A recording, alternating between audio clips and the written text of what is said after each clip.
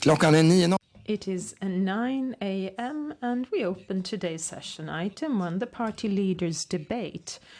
Debating rules. The Prime Minister and the leader of the largest party in opposition are entitled to a speech of no more than 7 minutes, and the other party leaders are entitled to a speech of no more than 5 minutes in the order of relative size of the parties. There is no right of reply, no right to the rejoinder to these speeches. Then a second round follows with speeches of no more than 2 minutes. Here there is a free right to take a rejoinder with a limit of 1 minute per speech, totaling 4 minutes per duel. The speeches are made from the rostrum on the platform, and rejoinders are made from the rostrums in front of the platform. Stefan Löfven, Prime Minister for the Social Democratic Party, has the floor first for his first address.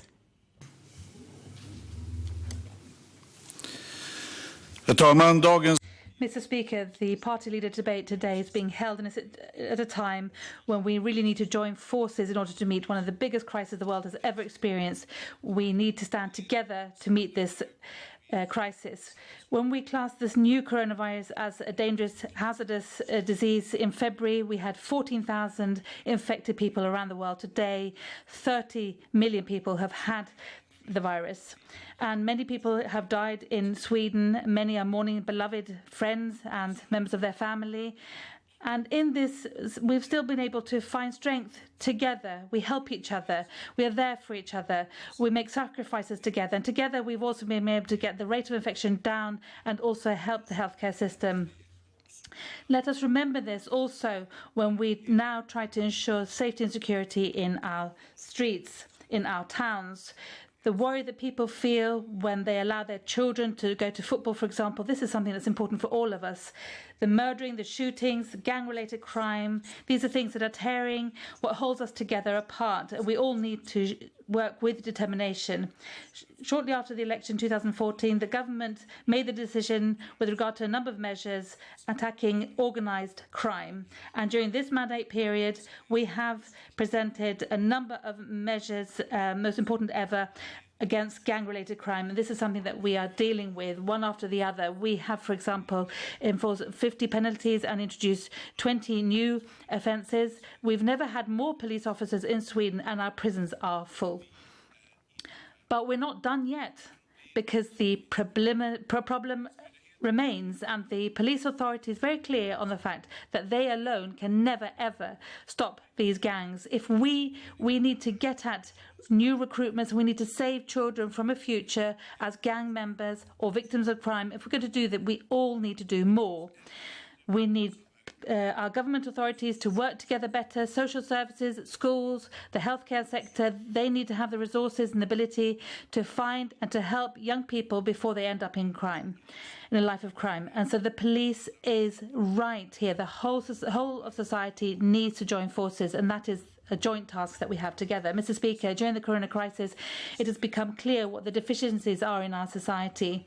For a long time, and in different governments, we haven't done our best when it comes to safeguarding what's most important in a welfare state, the welfare itself, not least care for the elderly. Since 2014, historic investments have been made in welfare, and today we have 100,000 more people working in schools, in the care sector, in the healthcare sector. So we've taken the right course, but we're not done there either. Let me give an example. Welfare cannot, to a large extent, be held up by people who, due to their working conditions, have an irregular income, worse wage development, lower pension, and where there's no skills enhancement. So yes, we need Sweden to work itself out of the crisis, but we can't go back to how everything was before. We need to build and create something new and better. And when we do that, no one should doubt about the boundaries between right and wrong. We need to be clear about what expectations and demands that we place on each other. And this is something that needs to start with the children. Children need care and love. They need to be looked after. They need safety and security, but they also need sound values. Whoever decides to become a parent has a responsibility to set boundaries and to make it clear the type of behaviour that is not and will not be tolerated. And that's a responsibility that you have to try to take yourself. And yes, a parent needing support in this needs it and should have it. But we as a society cannot expect accept that children are being brought up without rules and norms, and that we have teenagers running amok, running riot, and that antisocial behaviour is inherited. The corona crisis has created a new political situation in Sweden. The historic crisis that we're going through today is creating also historic possibilities in the future, but we need to be brave and courageous. We need determination. My priority for a long time will be jobs, job opportunities. Everyone who can work shall work, and it's only in that way that we can expand our welfare systems. It's only when everybody who can work has a job that we are able to speed up the necessary climate transition. And it's only when everybody who is able to work does work that we can afford more police officers, better preventative social measures against crime. Having a job gives you a sense of self-respect. Seeing your parents go to work, that gives you a faith in the future. So our struggles for jobs, job opportunities, this is for welfare and equality.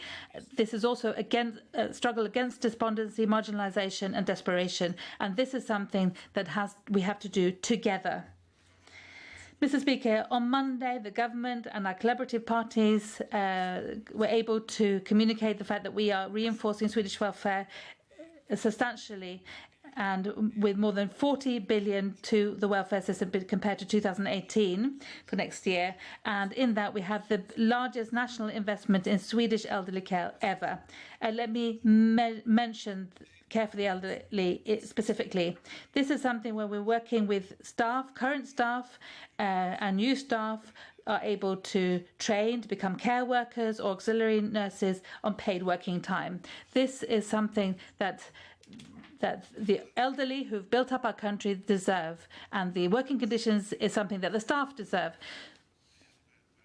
So this is our work in favour of the welfare in practice, and this makes me proud and it makes me happy. Next year, we're also going to introduce additional pensions for those who've worked hard all their professional lives with low wages, and the difference in taxation between pension and pay shall be done away with entirely. And there's more. Next year, we're spending over 1 billion to restart the economy. And we have to go back many decades to find a budget of this size. The investments during the previous mandate period in care for the elderly, healthcare, schools, and the crisis policies that we have presented in the last few months show us that this is the path ahead, and this is where we are. We can build a stronger society. This is the path that the government is choosing today, and we continue along those lines tomorrow as well. Thank you.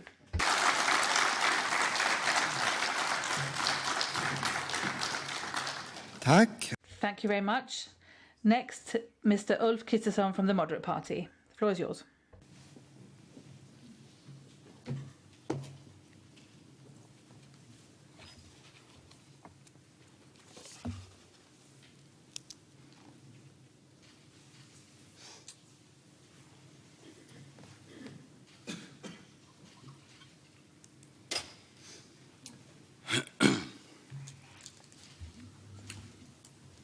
Det var fel håll. Herr talman. Mr. Speaker, there will be a day when we'll be able to talk about the COVID crisis as part of our history, but not yet. Many countries are still very humble as to where this is headed. The Moderate Party has pushed the government the entire spring for tests and more financial support for those who have been hit worst. And we'll continue. We're also going to continue to request a better Swedish strategy, something that does not fail the elderly in Sweden yet again. Testing, tracing the contagion, isolation. Those who are carrying the virus should be isolated, not the elderly. The government has to step up and make decisions. But there are so many other problems in Sweden as well that plagued us for a long time, and they have not been put on hold during this crisis. For example, the increasing criminality with almost every day new crimes, stabbings, shootings, murders, criminal gangs terrorizing residential areas, and unemployment that is higher in Sweden than Italy today. In June, our unemployment increased the fastest in all of the EU. So many things that are good in this country are now deteriorating. And this is top of my agenda. We have to fight crime, we have to fight unemployment, and both these questions require another type of policy, a new heading for Sweden. And we need to make decisions to make Sweden a better country. I know that this will require a lot from each and every one of us as citizens and also fellow human beings. And this also requires a strong, clear political leadership, a government that understands the seriousness of the situation, says what it wants, speaks with plain language, calls a spade, that can take action and that can collaborate with others in order to get something done. Everyone can see that Sweden today does not have that leadership, and some also say it out loud. Stefan Löfven and his government are even afraid to admit that there is a link between increasing immigration, poor integration, and the increasing crime. Last week, the Prime Minister talked about those committing serious violent crime in Sweden. He called them small-time crooks or punks. Just a word, but sometimes words are important. He is the one in charge of our security internally and externally, and he does not understand the problem, so he cannot be part of the solution. When the government is part of the problem, then we need to replace that government. Stefan Löfven is not looking up over Sweden. He's looking down into a written agreement with 73 points, and not one single one of those points is talking about how to do away with organized crimes. How can you write 73 bullet points describing Swedish policy and forget about criminality? Last week, I visited Akalla outside Stockholm. I met concerned parents, a young mother who talked about drug deals happening in streets middle of the day, and police officers in Rinkeby outside Stockholm as well talk about children being socialized into crime. A parent said, those guys with the gold chains and the black cars, they are the idols of our kids. I went to Botkyrka, also outside Stockholm, last week, and I heard from a very experienced police officer that young kids are systematically being threatened to keep quiet. A young guy had a gun shoved into his mouth as a signal that he had to keep quiet. And we all know what happened in Norsborg, beginning of August, when a 12-year-old girl was murdered. It's unbelievable. My girls were 12 not long ago, and I can only begin to imagine that bottomless grief the parents must feel, and her death has to be a turning point. If not, something very important in Sweden will be destroyed. And if you do understand that, you understand that we cannot make small adjustments in the margins. We have to break these patterns. We have to take action that will lead to change. Because if we just continue the way we always have, then we're not going to be successful. My very first speech as a party leader of the moderate party, I said that neither gender, class nor clan should limit opportunities for young people. And last Saturday we heard plain language from the deputy police commissioner. He said that we have some 40 clans in Sweden who have come to Sweden to organize crime, to turn it into a system. He said, and I quote, they work with creating power, they have great capacity of violence, and they want to make money. What the Deputy Chief Police Commissioner wanted was political proposals that have been presented by the Moderate Party, and he's looking at what other countries have done. Look at Denmark, for example, with double penalties for those who belong to gangs, interceptions, body searches, anonymous witnesses. We have required that for many years, and the government has said no. And this is a shame. This is a shame for Sweden that we export serious crime to Denmark, and the government should be embarrassed as well that these criminals are not sentenced until they commit crimes in Denmark. In Sweden, we need political leadership. We need to take action. We need to take a new action on crime. We need new policies, and we have to understand that it's the work line, not giving people grants, that will take us ahead. We need to find solutions together, solutions for Sweden that will build respect. And that is what I think about what I want to have to do. We want to break this deadlock in Swedish politics, and we want to deal with the problems. We want to get something done. We want to take action because we need a new direction. Thank you. Tack. Ordet för anförande går till Jimmy Åkesson, Sverigedemokrat. Thank you, and we continue with Jimmy Åkesson from the Sweden Democrats.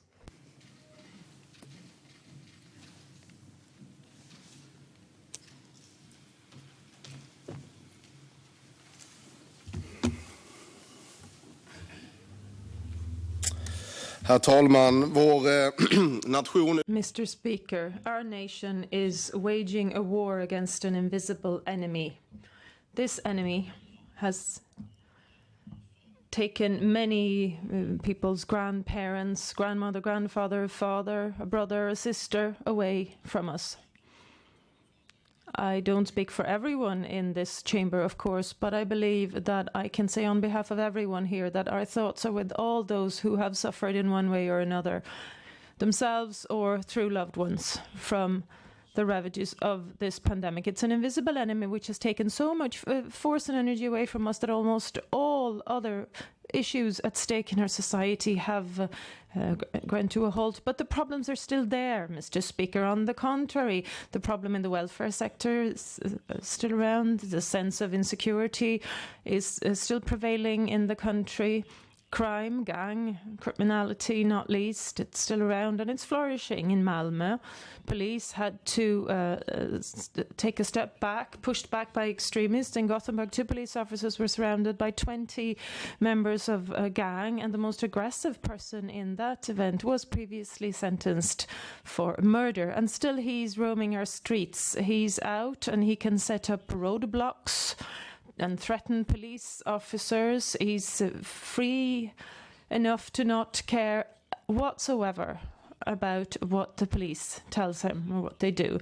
We hear about 40 or so family-related or clan-related groups acting in Sweden. To hear about this in 2020 is unbelievable. It's scandalous and it's just not acceptable. It is lamentable that so little is being done to push back against it. And at this stage, we know Stefan Löfven and the government's response to this criticism. We've never had as many members of the police corps as we do now. Historic investments, more than ever before. But that's simply not enough anymore, Mr. Speaker. People are fed up with these fantasies, the figments of our imagination. The people who govern our country are permanently referring to an everyday situation that ordinary people simply do not recognize themselves in. And the fact that the Prime Minister and the other party leaders that he work with, in spite of broken promises and the writing on the wall saying that an absolute majority of those involved in gang criminality are of non-Swedish origin. In spite of all these clear facts, the left liberal governing forces of this country refuse to take on board that this is an imported type of crime.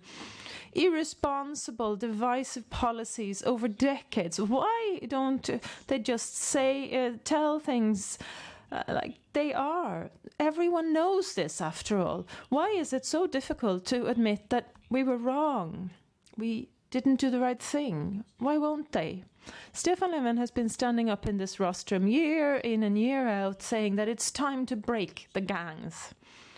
Only yesterday he repeated that assertion, that it's time to push back against organized crime. In his 7th declaration of government after 6 years as the Prime Minister of this country. But what has truly happened over the course of these years? Murders are being placed in youth care facilities. The gangs continue to recruit amongst young people. And since Stefan Löfven took up office, the number of fatal violence has gone up increased more than threefold in a few years. The so-called marginalized areas are, of course, overrepresented. The police, in some cases, need to be escorted by the police to go there. If we are to turn this around, it would be beneficial to look reality in the eye, to see things as they are. First of all, Mr. Speaker, we need to immediately stop importing crime. A complete stop to asylum-related immigration combined with a much stricter policy for returns. Criminal elements do not belong in this country. We need to have very strict demands on what we can accept in this country, what is unacceptable. We need politicians who can see the world as it is, politicians and a leadership which want to have law and order properly in this country, and a political leadership which will understand how to reach law and order in this country. Thank you. Tack. Ordet fram. Thank you. Annie Lööf of the Centre Party has the floor for her address.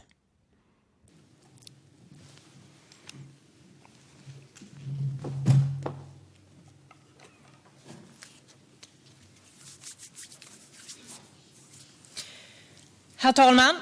Mr. Speaker, Sweden's economy needs a new start. We need a powerful injection in everything that makes our society stronger, everything that makes our companies get back on their feet again, that they can keep colleagues and recruit new ones, that we can reduce taxes at the same time as we invest in welfare. But that also means that we are able to stop this ever more increasingly serious crime. Violence which kills people, does away with their freedom and sense of security, needs to be dealt with. This is the most fundamental role of the government, to ensure that everybody feels safe and secure.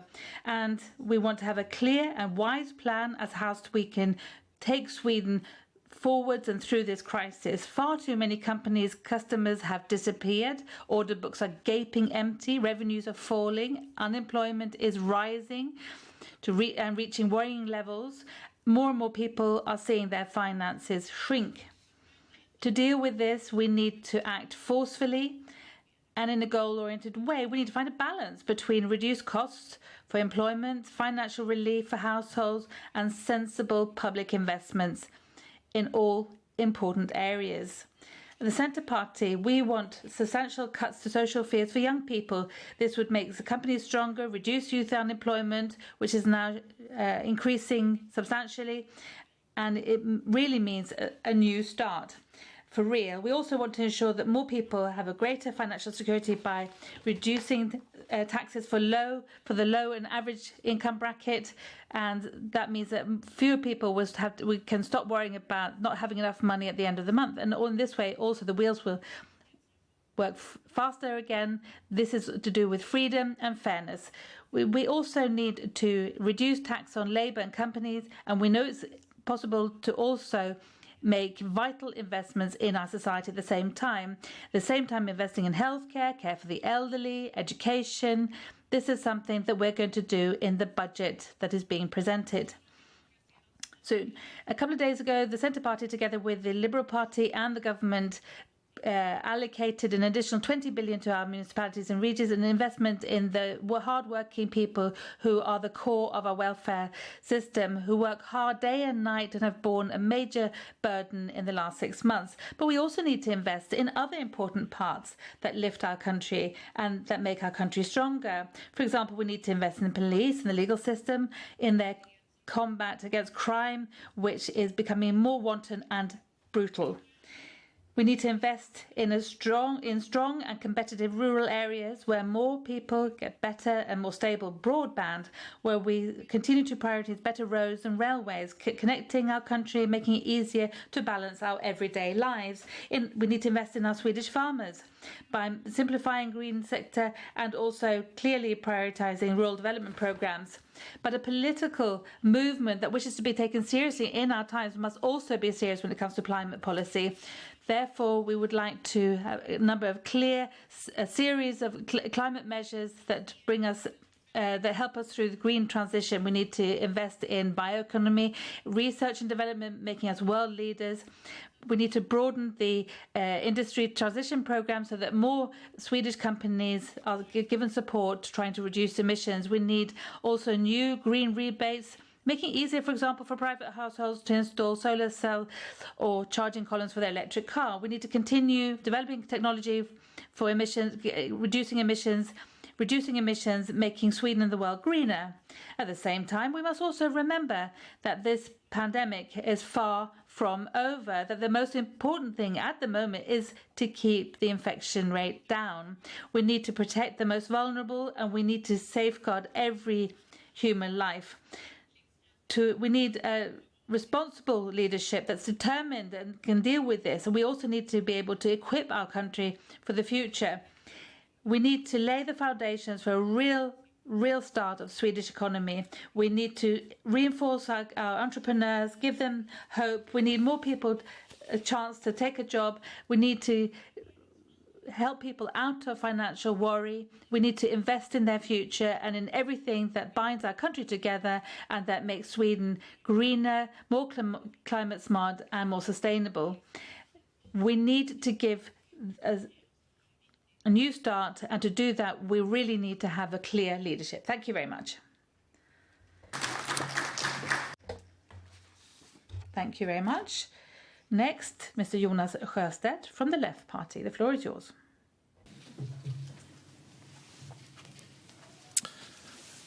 Herr talman! Mr. Speaker, the other day we heard about the national testing in schools and that we might not be able to carry these national tests out this year. And a lot of information having to do with private schools should become secret. And this is a result of the political parties who think that schools should be able to make profits, that they should not fall under the legislative scope of disclosure. But you cannot just make any amount of money on schools. In Sweden, we see that privatization of schools lead to money leaking, disappearing, money that should have been used for other things. We also see that people try to make use of the systems, crooks, religious fanatics. And we also see increased segregation because of this system of privatization, and children are not given the same chance in school.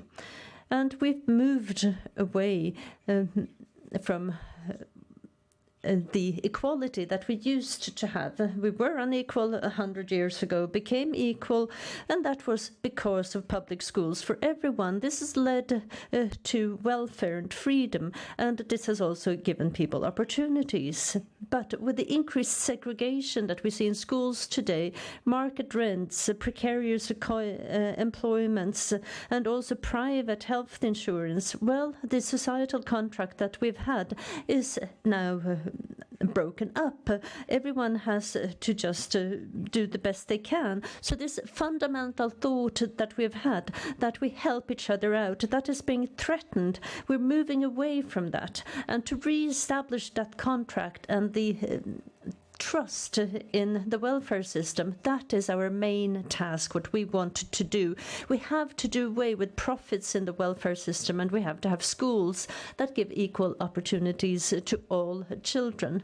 We have another big task ahead of us, and that is climate. And in a way you might think that this is complicated, but in other ways it's very simple. We need to do away with fossil fuels.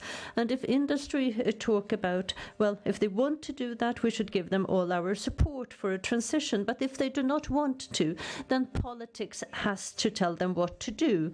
And the fossil industry is not just going to change itself. It's a political responsibility if they make profits from destroying our planet. And as long as we have enormous sums of money going to investments in this old system, we're heading in the wrong direction. And that is what it's all about now.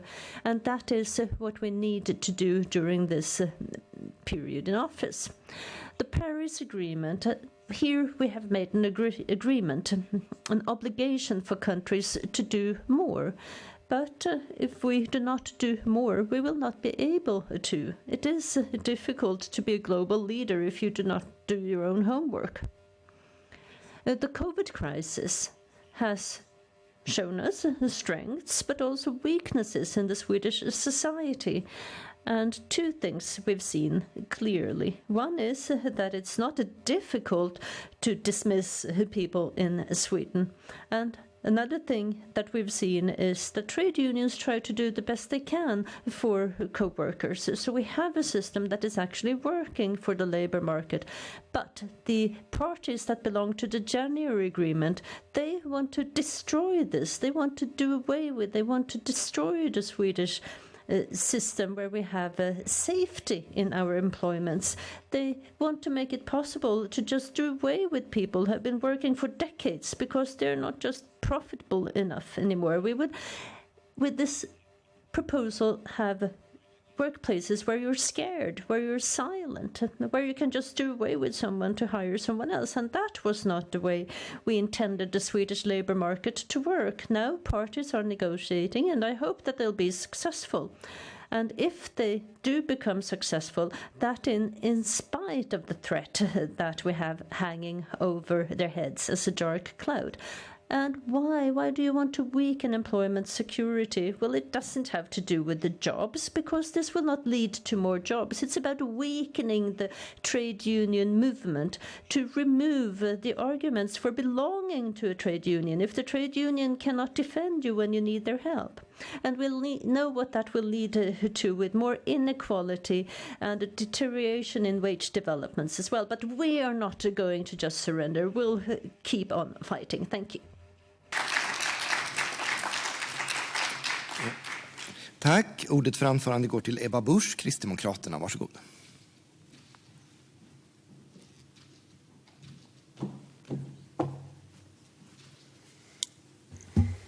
Ebba Busch of the Christian Democrats.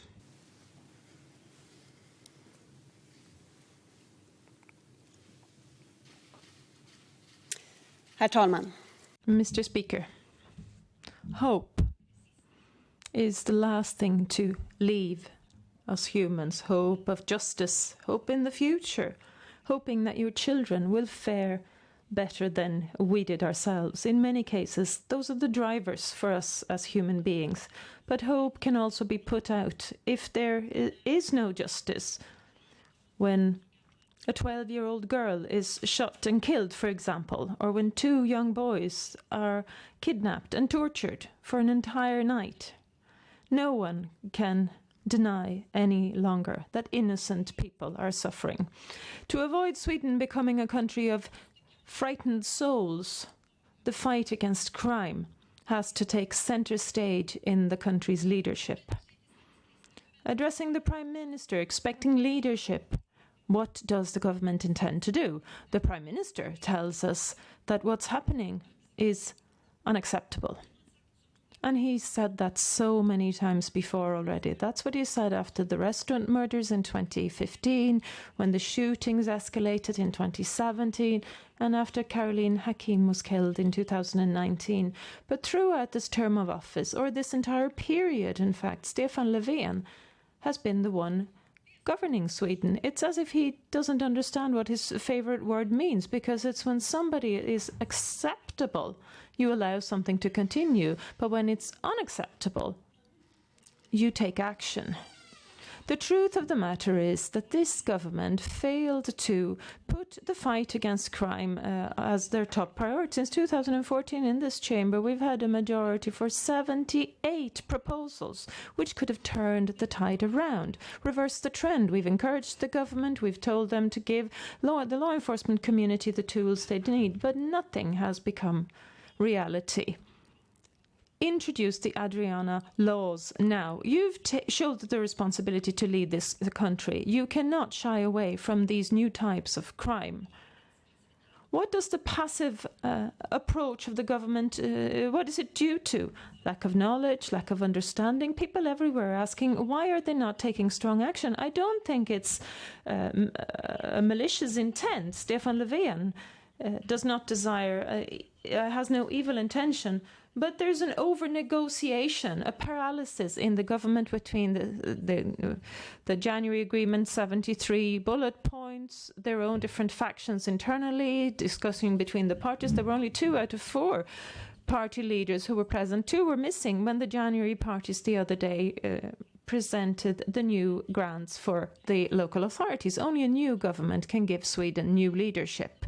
And in many areas, we need new leadership. In fact, before the summer, with every single party leader, I talked about the situation for healthcare workers. They need relief. They need a break. And the answer was lukewarm. When the pandemic didn't escalate over the summer, many people thought that the coast was clear. But even before the pandemic broke out, we had record-long waiting times. We have 153,000 patients who've been waiting for illegal periods of time. Women with breast cancer are told that they have to wait, and at the same time healthcare workers are leaving their jobs from exhaustion. Why does the government not take action? Where is the leadership? Where's the leadership when Swedish unemployment is peaking? It's rocketing. You remember the promise from before the first election where Stefan Löfven stood as Prime Minister. He said we'd have the lowest unemployment in Europe. Now we're competing with countries like Spain and Greece for the trophy as the country with the highest unemployment, and not the lowest, as he promised. What's happening with the leadership there? What's our role then as members of the Riksdag? We need to work to resolve the big problems. And what is it worth to discuss new deductions for home improvements when new types of crime is threatening safety and security? Why are we discussing marginal changes to labour laws when the health care backlog is at an all-time high? Why are we discussing minor adjustments to rent levels for rented accommodation when Sweden is at the bottom in terms of unemployment? Members of Parliament, what are you waiting for? What's your excuse for not removing this government, for not introducing the Adriana laws, adopting them? What is everything else that you do worth if people are not secure and safe, if they cannot put their trust in Sweden? What are you waiting for? Thank you.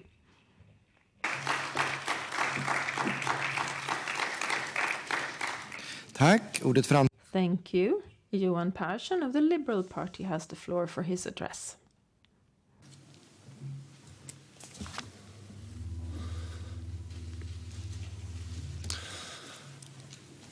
Herr talman!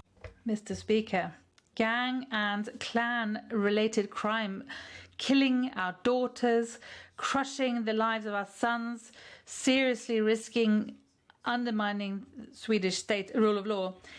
If we're going to deal with this crime properly, we need broad measures in at least 3 major areas: migration, integration, and the Swedish legal policy. The Liberals participated in the 6-party agreement with regard to a stricter migration policy 5 years ago. And now we need a new long-term legislation with the same direction. That's why it's lamentable that we did not succeed in reaching an agreement about a new migration policy in the summer. A policy area which for decades has led to mistrust and deep political split in Sweden. It's unreasonable that the Green Party is able to veto a realistic migration policy, and for any agreement to be for the long term, both the Social Democrats and the moderates must be part of it. People remember the alliance's agreement with the Green Party. We all remember how Stefan Löfven built on this by stating that he wouldn't build any walls. And we also remember the moderate party, their earlier appeal about opening our hearts. But if Sweden is going to be credible after all this political toing and froing, we need to agree on a long-term policy. That's why I repeat Nyamko Sabunis' appeal from the summer. Let us go back to the negotiating table. The Liberals are naturally prepared from our given positions today to compromise together with the moderate party and the Social Democrats. Perhaps more parties can participate. It would be odd if this particular question would trigger a governmental crisis when there's such a clear majority in this chamber for a stricter course. Mr. Speaker, I participated in the drawing up of the Liberal Party's integration programme in 2002. There were measures against honour-related oppression and language requirements, investments in knowledge in schools, etc. And parts of this have become a reality.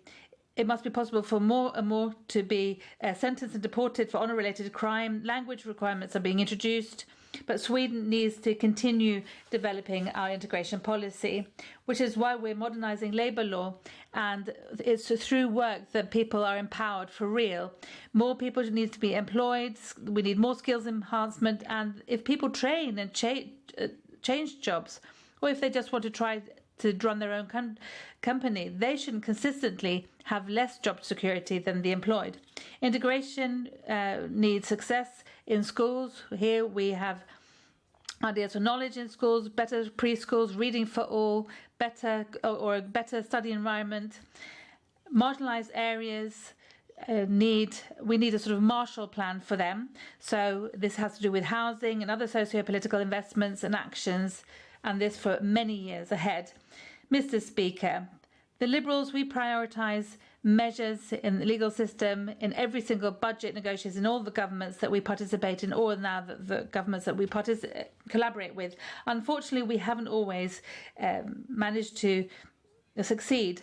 In a situation with murders, shootings, roadblocks, detonations, arson, extortion, muggings, to capitulate is not an alternative. The police national operation against violence, Rimfrost, needs to be replaced by something more like a permafrost. Anyone who murders or violates or mugs anyone should meet the collective resistance of the entire country.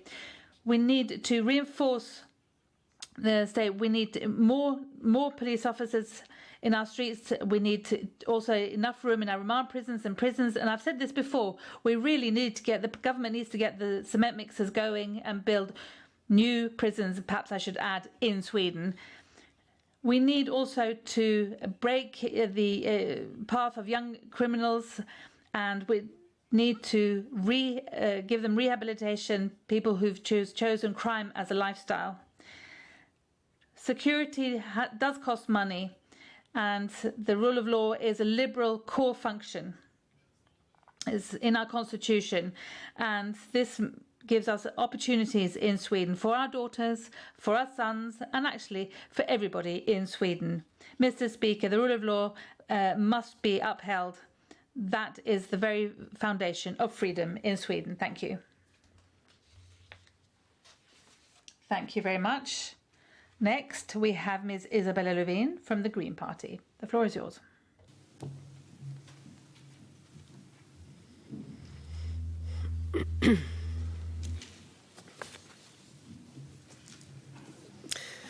Herr talman. Mr. Speaker, we're now 2 years away from our next parliamentary election. I'm thinking about that a lot, and I do not think I'm the only one in this chamber. Nothing strange about that. Those are the rules of democracy. But at the same time, I wish that we could think more about the world of tomorrow than the election campaign of tomorrow. We're now living through 3 crises: the COVID crisis, the climate crisis, and then we have democracy crisis. The fact that we see limitations to freedom of speech, the independence of courts, and we see those who are in opposition being murdered in countries close to us. We see troll factories and power-hungry populists spreading the message that democracies like Sweden are about to collapse, that ordinary politicians are bad, and that the people now has to drain the swamp, and that we need strong leaders. Democracy, well, it has its weaknesses. It could lead to vague compromises, and it might take time to get everyone on board. And it might seem strange if you have no knowledge about what's going on, that things do not seem to happen. But I'm afraid that people today who have that privilege to live in a democracy, that they haven't thought through properly the alternatives. If we read history books, we find page up, page down, with names of so-called strong leaders, and they have caused world wars, genocide, and countries collapsing when the dictator is eventually disposed of. Democracy might have its beauty spots, but as Churchill said, it might be the worst form of government that has been tried.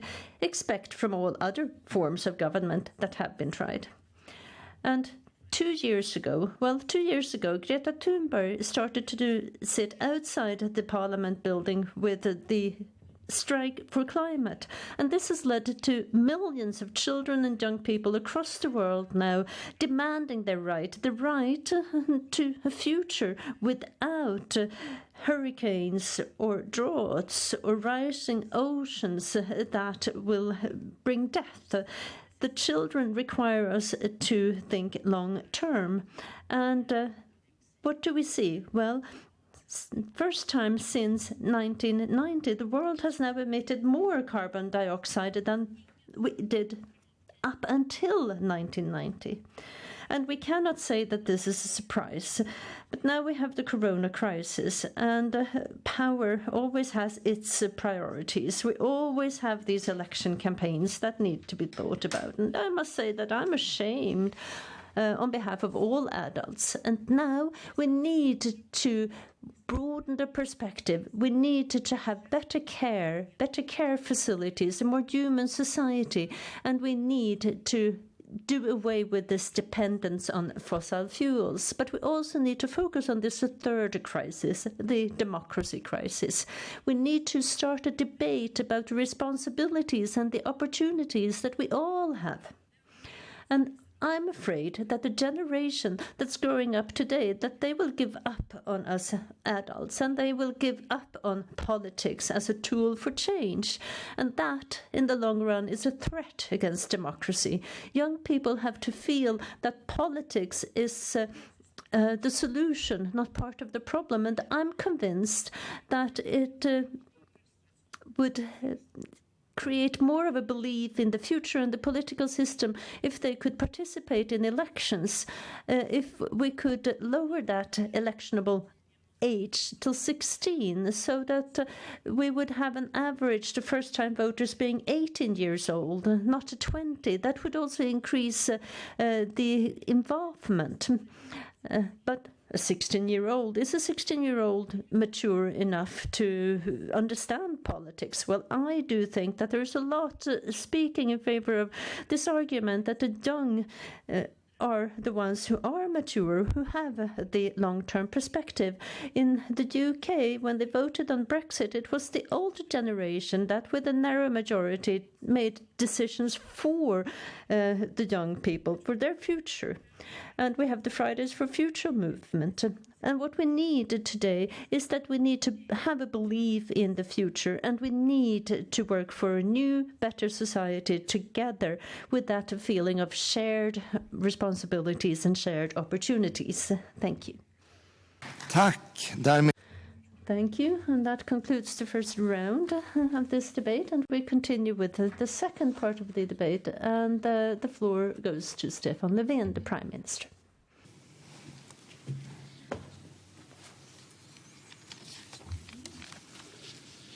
Tack, herr talman.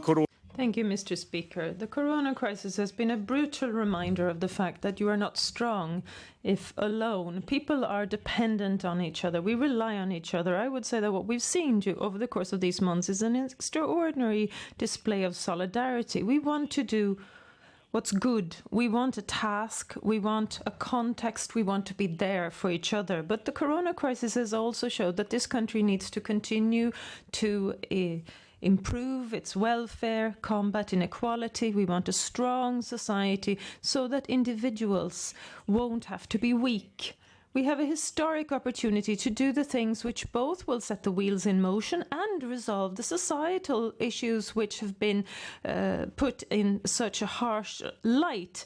But we need to be tough on our prioritizations. I don't think cutbacks in welfare and protective insurances in society, which is the spark that will relaunch the economy, I don't think it's having less in your wallet and deteriorations to your security of income which will create more jobs. I believe in creating new jobs. I believe in giving people the opportunity to accept those new jobs that are created. I believe in building and restoring railways, roads, housing. I believe in education. I believe in strengthening our welfare, and I believe that we can have the world's best elderly care. I believe to step up the pace of climate transition, to strengthen Sweden's tenacity, sustainability and competitiveness and create new green jobs. I believe in restoring safety and security in our streets and public squares with more police officers, with preventive work. Over a long time, we've allowed things to grow and increase. It's going to take time to do away with it, but we will pull it up with its roots. We will do it. I believe in solidarity. I believe in Sweden working its way out of this crisis. Thank you. Thank you. Rejoinders requested by Ulf Kristersson of the Moderate Party, Jimmy Åkesson, Sweden Democrats, Centerpartiet, Jonas Sjöstedt, Left Party, Ebba Busch, Christian Democrats, and Johan Persson, Liberal Party. Ulf Kristersson first. Mr. Speaker, 2017, Denmark had introduced measures to combat serious and gang-related crime, and that was my party colleague, Denmark's Minister of Justice, Søren Pape Poulsen. He did this, and important Danish reforms were introduced. Tomorrow, Søren Pape is coming here. I've invited him for a seminar. He, in detail, is going to describe what Denmark has done. And tomorrow at 11:30, Ebba Busch and I are going to have lunch with Søren Pape here in Parliament.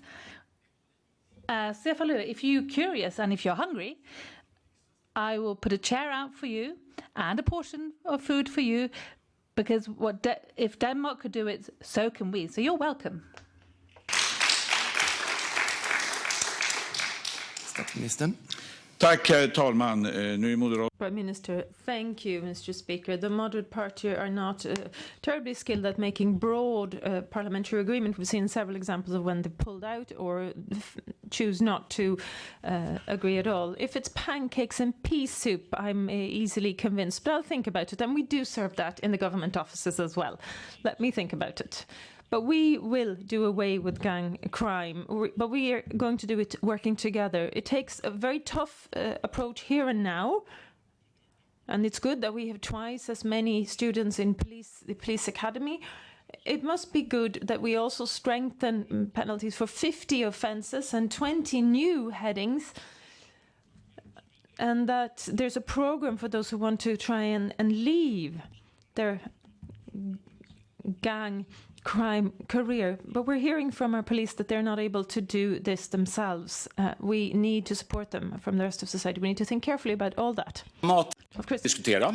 We can discuss what dish. I don't know, because anyway, having said that, why was there an agreement earlier this year? Because you did not to do the things that we wanted you to do. We didn't want to do it in Sweden, what they've been prepared to do in Denmark. Your party friends, in fact, you said no to different dual offences and no to anonymous witnesses, no to all these difficult, tricky things that Denmark have done and that many are saying we need here. And the head of the police said, look at Denmark, look also at Germany, look at Baltimore. In the 80s, many wondered, why did New York City manage to turn the tide? You can do it. It is possible. It's difficult, I admit, but it is possible if you want to, and if you decide to do it. If you're determined to make the important decisions, you weren't, which is why there was no agreement. Prime Minister. Herr talman. First of all, Mr. Speaker, when it comes to agreements, this is not the only agreement that the Moderate Party failed to complete. You stepped out of the energy agreement, which was supposed to be for the longer term, after 2-3 years only. That's not a very long-term approach. You couldn't stick with the agreement in migration policy nor on defence.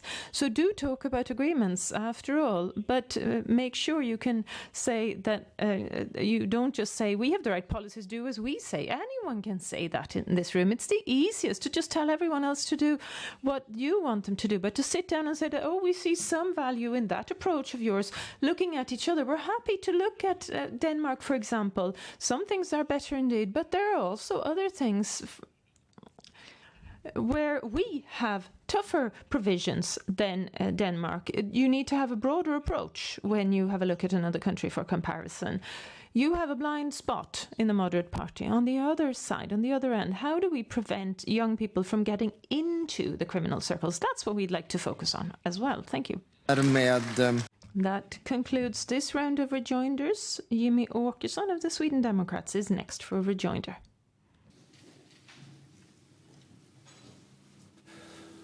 Herr talman. Mr. Speaker, now, on Monday it was, I think, in conjunction with Annie Lööf's and Stefan Löfven's press conference, I noted that Stefan Löfven doesn't see a link between serious crime, foreign crime, and the criminal networks and Sweden's migration policy. Basically, the rest of the world, Mr. Speaker, has a different view. And my very simple question to the Prime Minister is therefore the following. Why the Swedish Prime Minister, Stefan Löfven, finds it so difficult to understand and admit that there is a connection between a huge immigration and growing crime? Thank you, Mr. Speaker. I answered a journalist only yesterday on that particular question.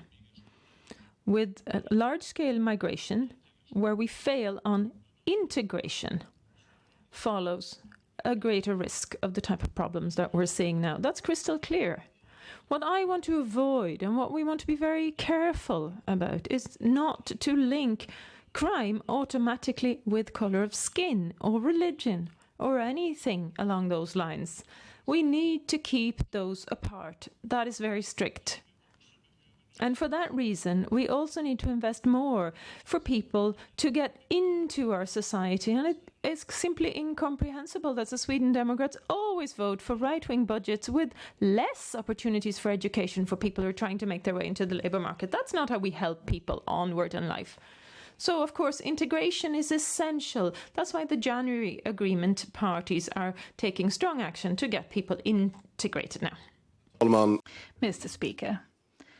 Now, a study from the University of Lund says the following. 79% in criminal networks have a foreign background. 85% of the gangs have also got a foreign background. Now, Mr. Speaker, I don't know anybody, at least not in this chamber, that say that, you know, that there's a colour of skin or religion and link it with crime and gangs. I've never heard of that. However, there is an obvious link between responsible migration policy and failed integration policy and increase in crime in areas with a lot of immigrants in our country. And I haven't heard the Prime Minister make that link and connection, that he has his responsibility for this with his Europe that doesn't build walls, etc. This is what we ended up with instead. So I want to hear Stefan Löfven take responsibility and say that I was wrong. Prime Minister? Thank you, Mr. Speaker. I'll remind Jimmy Åkesson that the government I lead refocused migration policies. The previous set of rules were introduced, I believe, in 2009, were adopted at least in 2009. We reshaped it. We're not going back to the situation that prevailed in 2015. We're working on new legislation now, which will replace the temporary one introduced back then. That's the first thing we've made very clear. Secondly, integration is essential. There's no question about that. But I asked Jimmy Åkesson, I think it was at the previous party leaders debate here in the Riksdag, does Jimmy Åkesson see that there are people from other countries who are making important contributions in our welfare sector? Yes, he answered. Okay, so let's lay that down very clearly. Out of those who come to our country, there are those who commit crimes, and they need to be sent to prison or whatever sanction they receive. You won't get away with anything just because you have another background. Anyone who commits a crime will pay for it in Sweden. That goes for everyone. Thank you. That concludes this round of rejoinder. Now it's Annie Lööf for her rejoinder. You have the floor.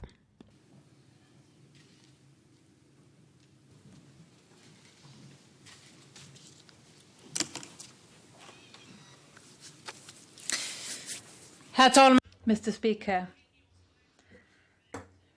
padlocks that are broken, diesel which has been stolen from the machine park, and somebody who's on drugs running around, burglaries, etc. Around about in the countryside, we see theft for billions. We have criminal gangs from where they come in quickly and they leave just as quickly. And we're talking about huge geographical area in the north, and very few police officers mean that it's very difficult to act forcefully against this type of crime, because the police won't send a car because it's too far away, and we can't see this continue. The social contract is for everybody, regardless of whether you live in an urban area, or in the countryside, rural areas. When is the government going to react against this sense of lack of security that people feel, those who live in the rural areas? When is the Prime Minister going to deal with this? Prime Minister, thank you, Mr. Speaker. Well, it's a well-known and a major problem, as Annie Lööf outlines, and we are looking into it. We have more police officers. We've never had more in numbers than we do now, not just in major cities and towns, but across the country. And that's why we've also raised the penalties, the sanctions, and government authorities are working more actively together. Police authority with others, such as Coast Guard and others, will make it much more difficult to bring the stolen goods out of the country, for example. And so we see an improvement in some parts of the country. We've seen a drop in the number of robberies and burglaries. We will ensure that people will feel secure wherever they live. Police, working together with other government authorities in collaboration, have major possibilities to do even more and will do more. If they need more resources, we're prepared to contribute. These burglaries will cease. Mr. Speaker, I don't doubt your ambition there to increase the level of security, but we hear people from, or even private individuals, companies, highlighting the problems that I bring up here. That is not enough, and it's a failure that the police car will take 10 hours to arrive, after a burglary, for example, and far too many people have too far to the closest police station. This is something that we need to deal with, and we support your measures, but I think we need to have a plan for the whole country, because now we see many parts of the country are just left to their own devices. What is the concrete plan? Not just more police officers, we also need to increase police presence in rural areas so that people feel the sense of security, regardless of where you live. Prime Minister. Prime Minister, final rejoinder. Thank you. Thank you for the proposal there towards the end, because that's precisely what we're going to do. We need to look at the current proposals. We believe that more of a police presence, more police trained is part of the solution. We've stepped up the investment in the police academy. We're training more. We're getting more police officers out. But I think police authority is best at assessing where they need them. And they need to have both strength in numbers and investigative competence. And where should they be positioned? I think that neither Annie Lööf nor myself should sit and point a finger and tell the police authority where they should allocate their staff. I think we need to give them the resources they need, and the investment both in money and in the numbers. The purpose of all that, of course, was to have more of a police presence available in many more places. So that's the question to the police authority. How do we ensure that this happens, whether it's the suburbs of Stockholm, the southern parts of Sweden, or the inland of Norrland in the north? This concludes the round of rejoinder. Jonas Sjöstedt now has the floor. Jonas Sjöstedt of the Left Party for the next rejoinder.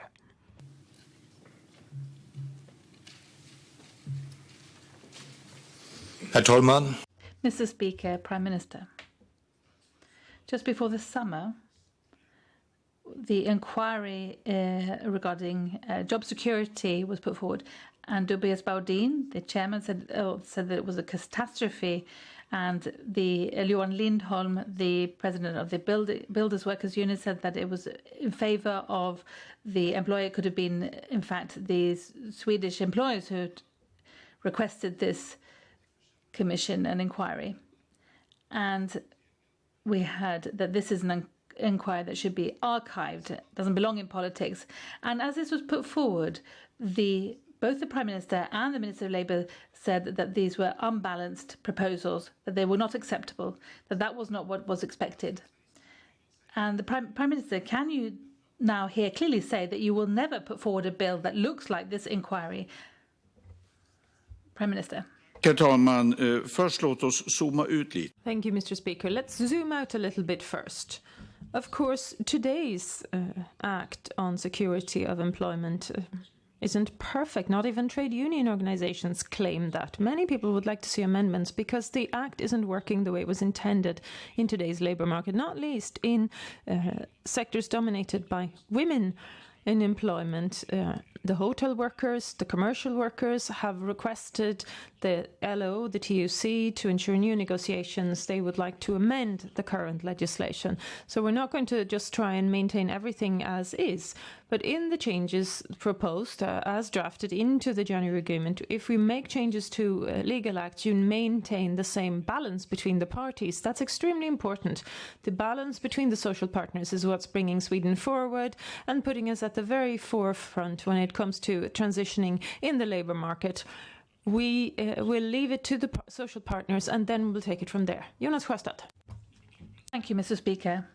It's unfortunate that you aren't able to answer this question. In June, it was clear that it was unbalanced, it wasn't acceptable, etc. But today, the Prime Minister will not say that you will not put forward a bill in accordance with these points, including the inquiry. And I can agree that the Job Security Act is not perfect. Let them negotiate. We need to improve job security in Sweden. We don't need to do away with it. But once again, I'd like to go back to my question. Can you, the Prime Minister, promise me that this government will not put forward a bill which is equal to the inquiry's proposals, which would have such a detrimental impact on millions of people's job security in Sweden? Final rejoinder, Prime Minister. Thank you, Mr. Speaker. Let me be even clearer. What I said at the beginning of the summer still applies. We need to have the right balance between the social partners, correct. But what Jonas Sjöstedt also needs to think carefully about, in my mind, is the collaboration with the right wing parties who really want to make changes, significant changes to legislation, reintroducing Lex Laval, doing away with the union's right to fight to protect their collective agreements, banning and taking away the right to various types of industrial action and other proposals. Jonas Sjöstedt sits down with them on a regular basis, thinking about how you could cause trouble for the government. Bear this carefully in mind, Jonas Sjöstedt, the next time you sit down for a round of discussions with them. This concludes this round of rejoinder. The next round is for the Christian Democrats. Ebba Busch has the floor.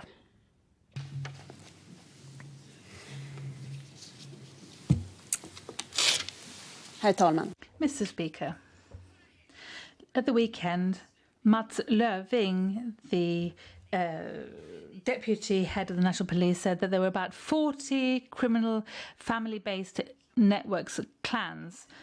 And according to Löfving, several of these clans have gone to Sweden specifically to commit crime, to establish sort of mafia activities. And in these clans, individuals are sort of not important.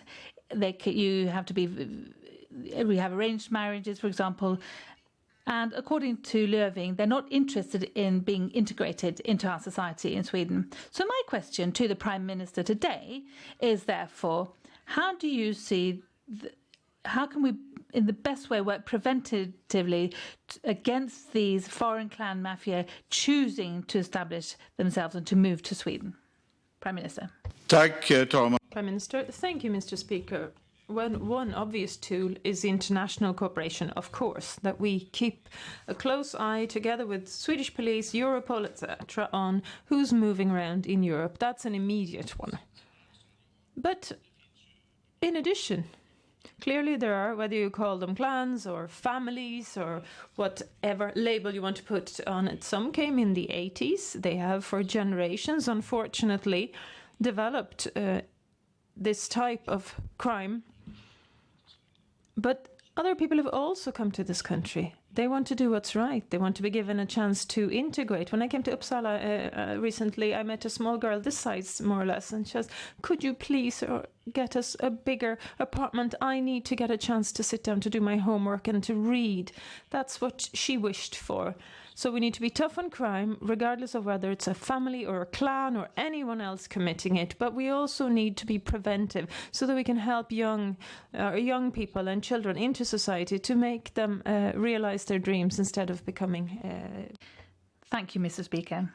Now, I can agree with the Prime Minister that international cooperation is incredibly important here. But then it becomes a bit peculiar because really these criminal networks and these clans, some of them have lived here for a long time, but some of them have moved to Sweden because they feel that there is a sort of laissez-faire mentality. You can behave how you want. You can control a housing estate without serious consequences. A larger home or better housing for these is just people. It's just going to facilitate their criminal activities.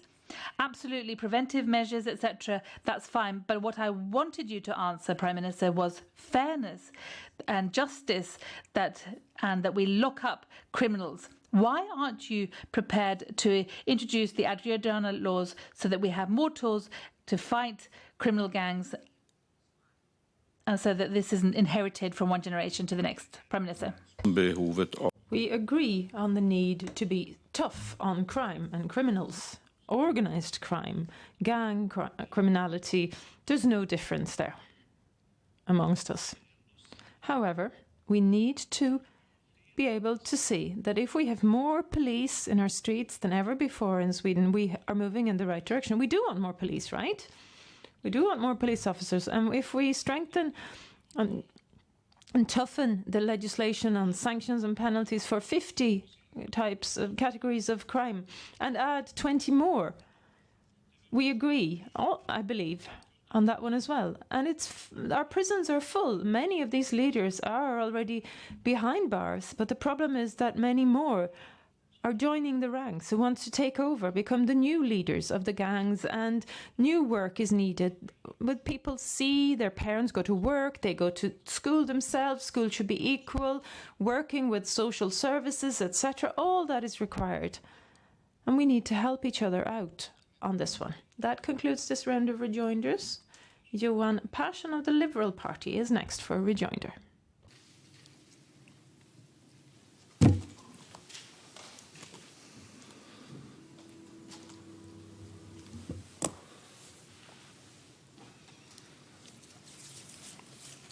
Tack, herr talman.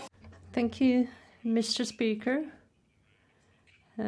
We haven't had these procedures here in Parliament for a long time.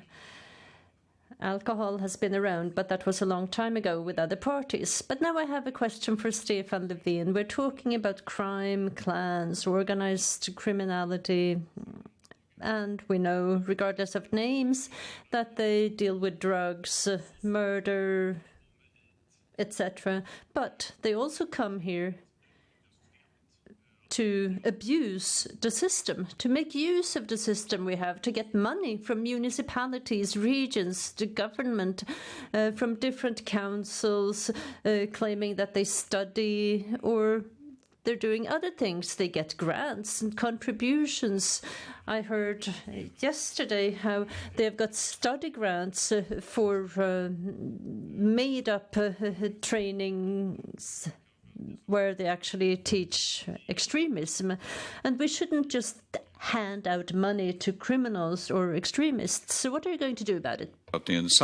Thank you, Mr. Speaker. I agree. Society supports these efforts to strengthen democracy, freedom of speech, and people's active involvement in democracy. That's what all these grants are intended for, not to give support to extremists abusing the system. And that's why we've also entrusted the authorities with reviewing the situation, because we won't be paying money to such organizations. That shouldn't happen. There's grants related to democracy work and education, but there's also abuse when it comes to the social security payments.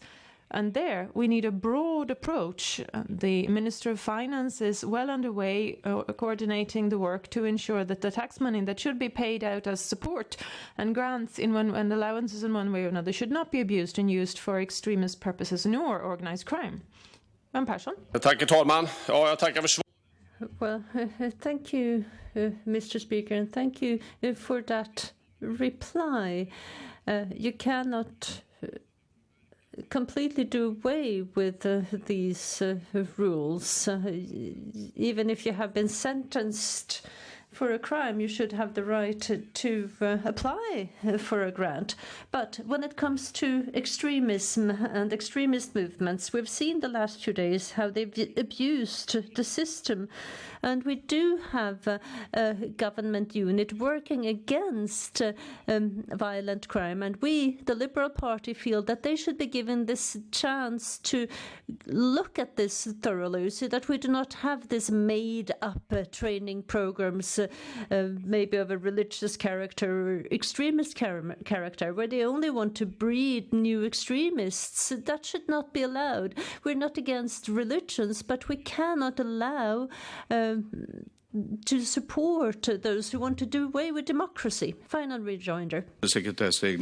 Thank you. I agree with the need to discuss the confidentiality provisions, for example, including how the current rules are implemented. There could be greater opportunities already available than we might think, but we might need to review them as well, and if they need to be amended, we need to do that so that we allow our authorities to work together, avoiding an abuse of money being paid out to extremist organizations. The idea is to support democracy, people's further education, support for individuals, not for extremist purposes. We'll have to review maybe both one and two, several tools, in fact, to catch up. Tack. Därmed var replikskiftena med... That concludes all the rounds of rejoinders on the Prime Minister's address, and the floor next is for Ulf Kristersson of the Moderate Party for his second address. You have the floor.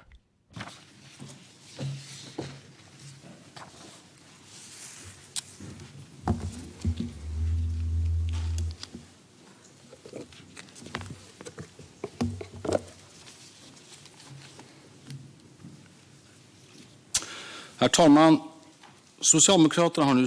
Mr. Speaker, the Social Democrats have now been in government for 6 years, and I do not mind nostalgia, but we have to ask our question, is Sweden better off or worse off today compared to 6 years ago?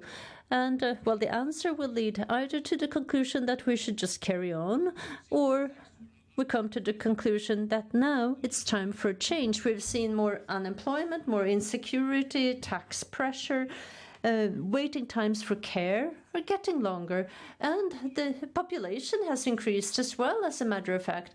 But, as a matter of fact, we no longer know who are living here, not how many, not whether people are living where they claim that they do or where they would be otherwise.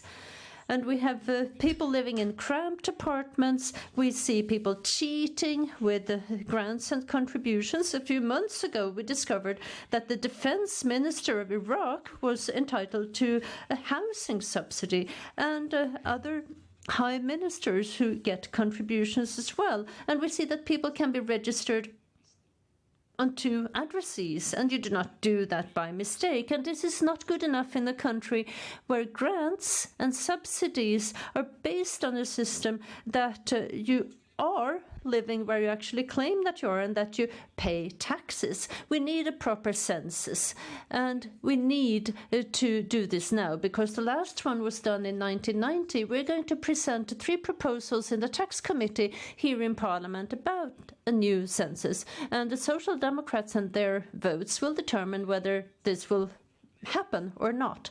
And the question is if the Social Democrats here in the Parliament are willing or prepared to make decisions that the government are either unwilling or incapable of doing. Thank you. Tack. Thank you. And the following have asked for rejoinders. The Prime Minister, Stefan Löfven. Annie Lööf from the Centre Party, Jonas Sjöstedt from the Left Party, Johan Persson from the Liberal Party, and Isabella Lövin from the Green Party. And we begin with the Prime Minister, Stefan Löfven from the Social Democratic Party.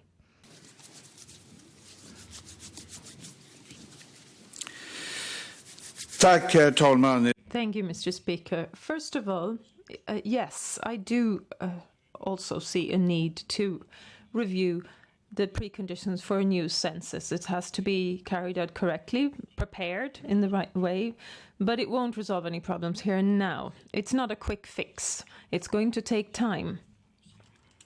But let's have a look at it. We need to know the status of the population of the country. But the corona crisis isn't over. We have a high level of preparedness for more difficulty, but we need to combat unemployment. And to us, it's important to do this whilst ensuring that we have public investments, public consumption. And everyone is saying that that's where jobs will come in first. We'll continue to hire. We've hired 100,000 more in the public sector so far. And the question is whether Ulf Kristersson is also prepared to move along that path, to hire more people in public sector, nurses, auxiliary nurses, nurses assistants, teachers, or what have you. Ulf Kristersson. Mr. Speaker, am I to understand that first response as this will be a government decision to do a proper census?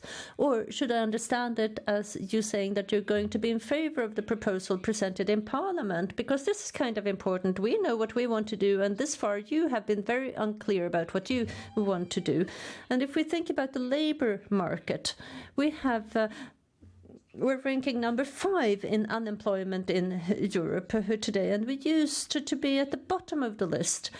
And for many years, we worked systematically with the so-called work line. Everyone who can work should have a job. But what you have done systematically is to ensure that people who can work are not working but get subsidies instead. And we're never going to go along with that line. The Prime Minister. Tack, herr talman. Thank you, Mr. Speaker.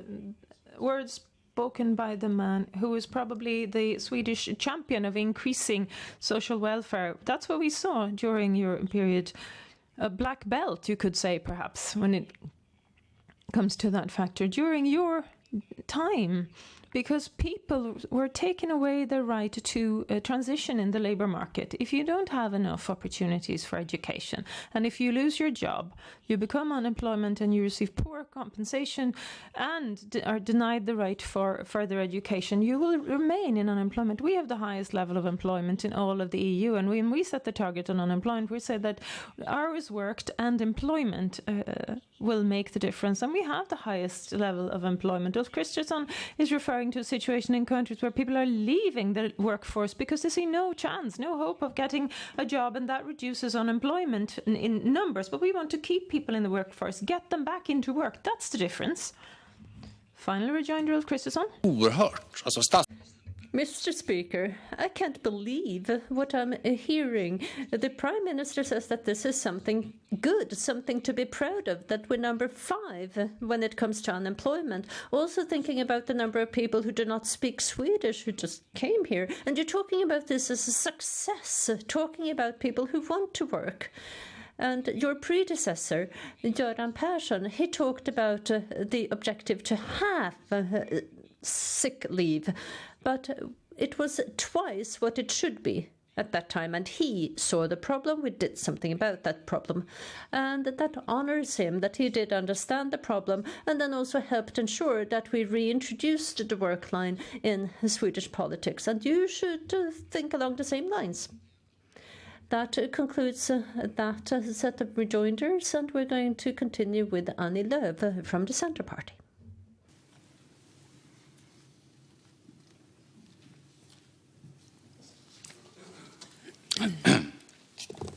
Herr talman. Mr. Speaker, during the spring, we've seen a sense of collaboration and consensus in Swedish politics. The Moderate Party contributed during the crisis. They've been involved and taking part in the work to shoulder responsibility, support our companies, reduce taxes for companies, improving opportunities. I'm very pleased about that because the constructive spirit has been beneficial to Sweden. But that wasn't the case during the winter, however. The Moderate Party chose to join ranks with the Left Party to raise the taxes on people and jobs and vote against the current proposal back then on reduced employment charges. That would have otherwise entered into force this summer, and many companies are asking for reduced cost levels to combat unemployment.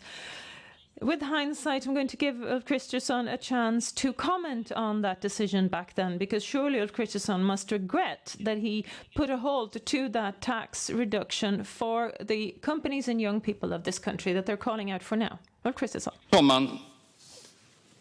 Thank you, Mr. Speaker. If we start with collaborations and cooperation, I'm really proud and happy to collaborate through a crisis. And that is what I've said over and over again, that we need to help each other.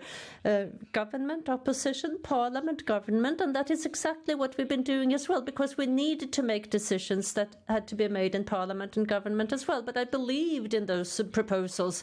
And if I didn't, I presented other proposals in Parliament, sometimes together with other parties like the Left Party, and that was either because the government was too slow or didn't understand what was needed, that we urgently needed money for the welfare sector, and then we changed the government proposals. And if you have a majority, well, you also have to respect the fact that it is the parliament that makes decisions over government and not the other way around. It's majority that rules.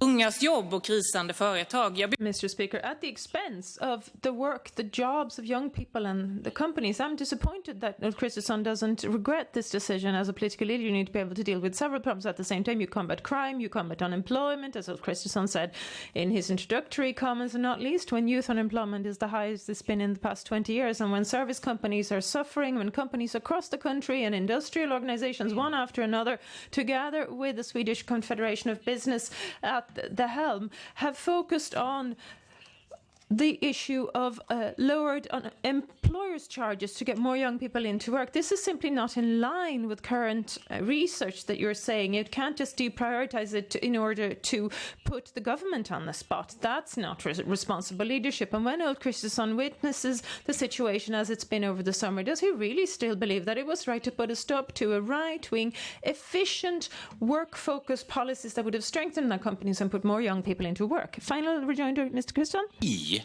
Well, Mr. Speaker, we, not the government and its collaborative partners, have pushed through these contributions to companies during the crisis. We've taken those initiatives, not the government. We gathered the necessary majority. And you were involved in this in Parliament. We pushed this through, and then the government came along and we made decisions. And I'm not ashamed, not for a second. I'm not ashamed over us presenting proposals with better priorities for the municipalities. And if you have an agreement that does not have a majority in the parliament, you can't force those things through. You cannot do if you do not have support in parliament. And I think people are beginning to understand that it's the parliament that makes those final decisions, and the government has to seek support in parliament if they wanted their decisions to be carried out. And I stand by my decisions. We need more money for welfare, and we didn't get that from government and its partners. Thank you.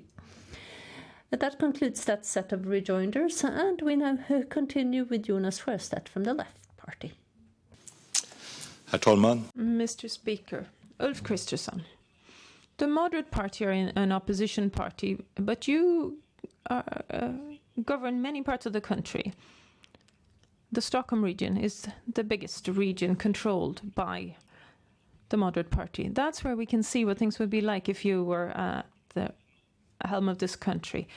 Those who worked in healthcare this year in Stockholm have been under incredible strain. They've worked overtime. They've been at the epicenter of the pandemic. Now they get their thank you layoffs, hundreds of people. There's money for consultants for the new Karolinska Hospital. There's money for hired extra resources or cost-driven rules on freedom of choice in healthcare, but no money for auxiliary nurses or doctors who fought so hard for so many people during a long period of time. What's the message from Ulf Kristersson to those who are being laid off in healthcare in Stockholm right now?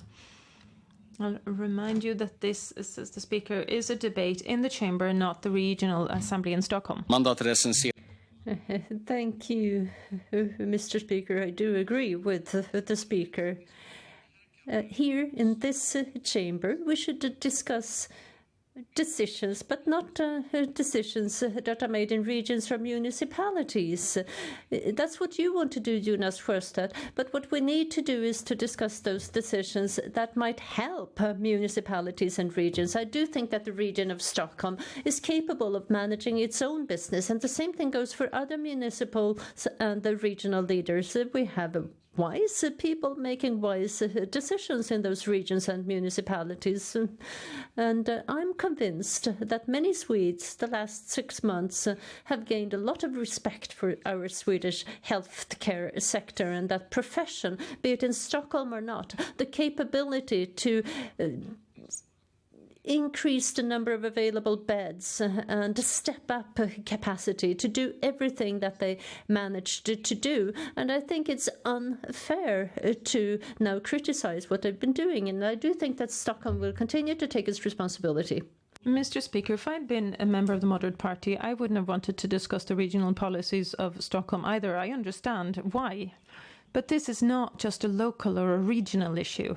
This is where the epicenter of the epidemic took place. People worked weekend after weekend, 60-hour weeks.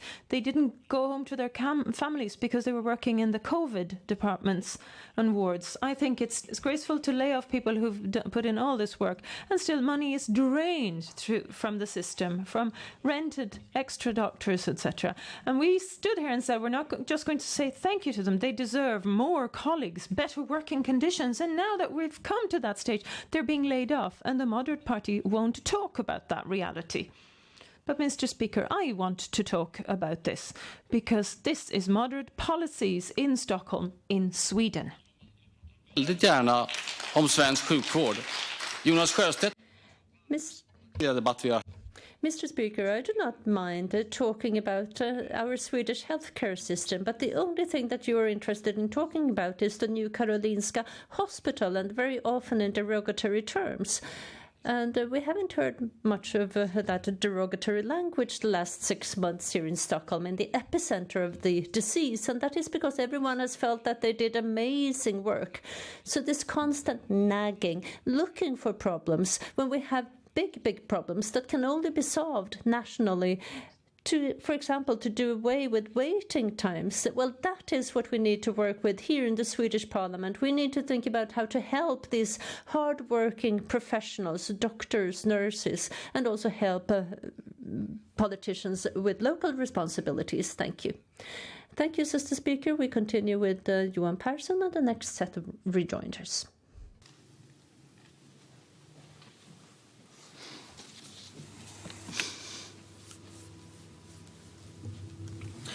Tack, herr talman. Thank you, Mr. Speaker. Now, the Liberal Party, we like this idea about working together, finding solutions here in this chamber with regard to different social problems. So, Ulf Kristersson, a question about schools and education and how we need a more equal school system across the country. And so I'm thinking about a state-run school, how important it is that we have that the state takes the main responsibility. I went to Gårdsten recently, where they've had 18 headmasters in the last 21 years, very low grades, very few people living with a school certificate. And Ulf Kristersson, so it's a lovely, with the left party, the Sweden Democrats, they think that, this is something that's going to be looked into together with the government. Can you support the Teachers Union, for example, and the Liberals in this matter? Säga att jag verkligen respekterar. Mr. Speaker, I have to say that I respect having you involved in this issue, and this is exactly what we need to do. We need to collaborate with those who have similar thoughts. That's a very wise decision. But I have to say that I'm a bit fascinated about this question of who is to be in charge of schools. Does it have to be government level, municipal, regional level? What I care about is to have a good school where pupils, students can learn. I'm not convinced that just reorganizing everything and redoing the organization will help. The last few days, I've read and followed the debate about national tests, and I think this is fascinating. Now a decision has been made to have a new coordinator of these national tests at government level, and this is a new title, and I must say I'm surprised. Should the government make these decisions about testing or not? No, I don't think so. Thank you, Mr. Speaker. The Liberals, we are very clear. We will do everything to ensure that this university entrance exam will take place in the autumn, but it's not ministers that decide this, regardless of who's in government. And so there were a number of different principles saying, no, we can't do it. It's not possible. We have, images from Afghanistan where you have people who want knowledge that they'll do all sorts of exams and tests to get into university. So let's see what we can achieve here. But this is how Sweden is governed. So that's how decisions are made by the heads of authority. So we're in favour of the state taking over responsibility because the situation differs across the country, and this is unfair that children in smaller municipalities have less resources regardless of the type of school they go to. We need to have a better governance to ensure that we give young people a future. We need to raise the floor in Swedish schools and to reinforce Sweden's pupils. Herr talman, jag delar I grund och botten den problem. Mr. Speaker, I do share that basic description of the problem, but I do not think that now is the time to redo the entire organization in order to solve the problems with Swedish schools. Not even where the government, the state, has a mandate can they make decisions. And this is more of a parody than anything else. The government is giving tips and ideas, and then the government agency says, thanks you, but no. And I thought that it was the government agency serving the government and not the other way around. And I do feel that many municipalities today, they're actually quite good at leading the municipalities, much better than the government, as a matter of fact. And that concludes that set of rejoinders. And that also... No, I am sorry, says the Speaker. We have Isabella Lövin. She has also requested a rejoinder from the Green Party. Of course. Please.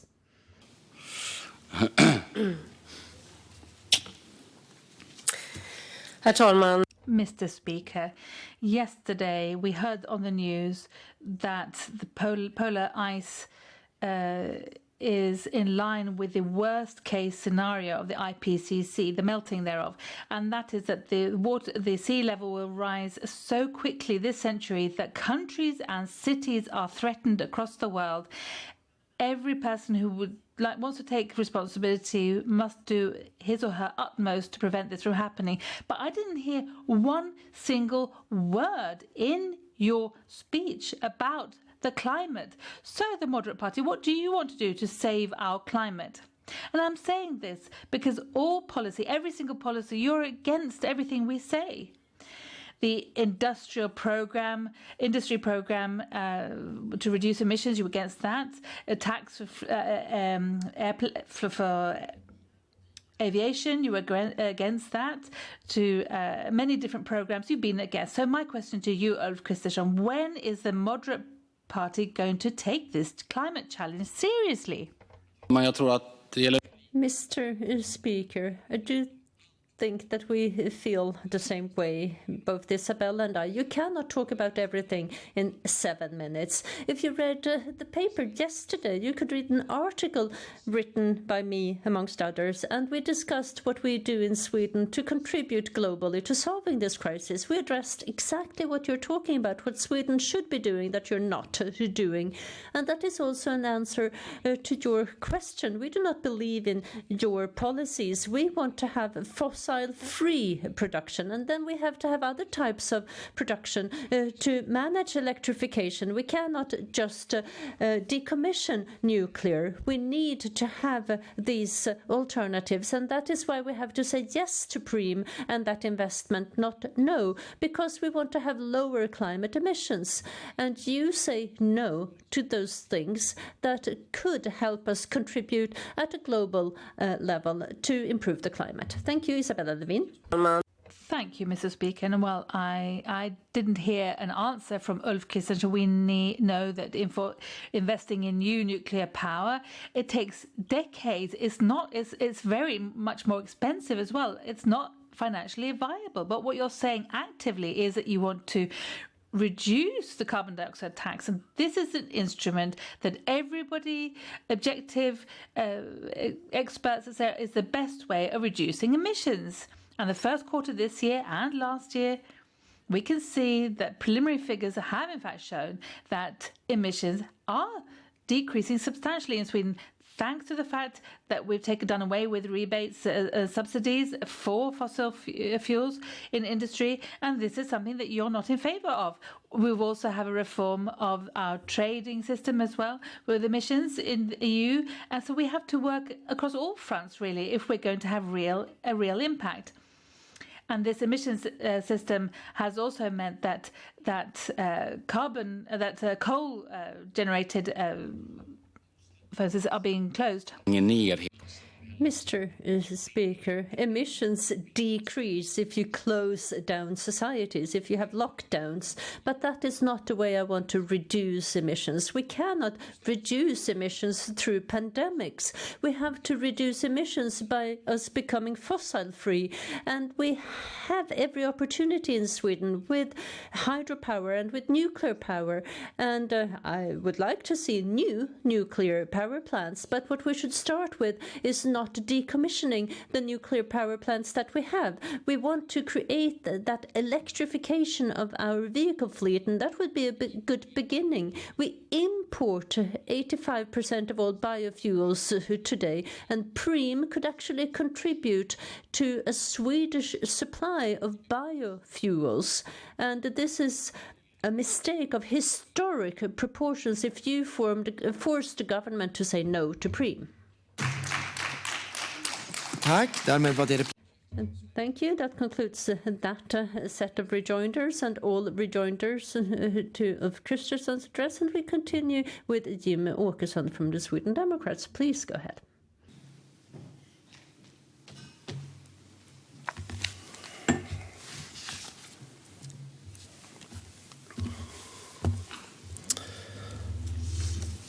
Herr talman. Mr. Speaker.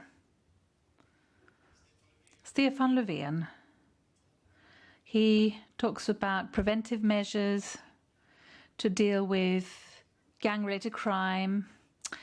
And of course, that's important work, of course, yes, because that's for the long term, and which will, of course, provide us with a better situation in the future. Language is a key, school, the way you live, the environment you live in, the family, friends as well, friends that succeed, and you have previous gang members have their story to tell, etc. These are all part and parcel of this sort of long-term deep change that needs to take place. But at the same time, Mr. Speaker, we have problems in the here and now, and they need to be dealt with. So people who are being sentenced must really receive proper sentences, no more penalty rebates or sort of open prisons, etc.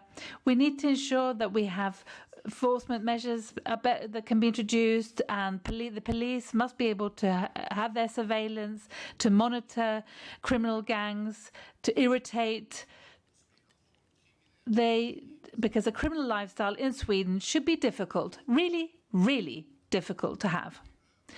Mr. Speaker, we need a policy which supports law and order. We need politicians to understand exactly what's required in order to have law and order. We need politicians who, in active measures, show that it's the police who decides in our towns and cities, not sentence gangsters. Now, in a debate about 2 years ago on this, I declared war against gang-related crime and organised crime. And unfortunately, Mr. Speaker, all I can say here is that war is raging and the government is still has its head in the sand. Thank you. Tack. På Jimmy Åkessons anförande. Prime Minister Stefan Löfven, Annie Löfven, Jonas Sjöstedt and Johan Persson have requested the floor, and Isabella Löfven as well, requested a rejoinder. Firstly, we have Stefan Löfven from the Social Democrats. Tack, herr talman. Jag får... Thank you, Mr. Speaker. I would like to start by recommending Jimmy Åkesson to read what we have done when it comes to the police and also what is being planned. And then you'll discover that what you talked about you want to do, most of it has already been done or it's underway. Very often you talk about Sweden, the Sweden for ordinary people, but you rarely demonstrate through political action what should be done. And now you have the opportunity here in the chamber. You've had those opportunities through the way you vote. But what you did was that you widened the gap when it comes to pensions for old people, and also voted against proposals for unemployed, tax reductions for union fees, etc. And you cannot claim that you're helping ordinary people. Mr. Speaker, ordinary people, everyday people, this is a term that's very debatable, really, with how you can use. And many people like us, I mean, we use these terms in different ways and say that you represent ordinary people, you say. Now, if we look at what's happening in many parts of the country linked to organised gang-related crime, who's affected by this crime? Well, it's ordinary people, honest people living their lives in these very marginalized areas. And Stefan Löfven, when you talk about forces pointing out sort of color as a reason behind organized crime, well, I think you're missing the point, really. And that people with a foreign background who are affected by other people with a foreign background and their crime. That's the situation. So ordinary people and what's ordinary people and not, I'm sure we'll continue discussing that in this chamber. But I, at least, will continue supporting the idea of a safe and secure, well-being country. Thank you. Vi är överens om kampen mot gängbrottsligheten. Well, if we can agree on fighting organized crime, gangs, then we can also agree that it's not about skin color. And here we have had a clear decision in Parliament. But I need to ask you, how will this improve the situation for ordinary people if pensioners are to pay higher taxes, or if we make cut downs for welfare sector, or if we reduce housing allowances? How will that improve the situation for ordinary people? Or if we do away with tax reductions for union fees, how will that improve things? And you also said no to conditions on collective bargaining agreements in public procurements. How does that improve the situation? Mr. Speaker, a lot of things that you're saying here, Mr. Löfven, is these things that we are supporting, and we're supporting with a higher level of ambition than the government. When it comes to the tax on pensions, we have from day one, I mean, that's 10 years ago since we entered this chamber, we have supported doing away with this difference in levels of tax. Now it's very pleasing that the government is finally doing it. That's very good. But it has taken a very long time to get there.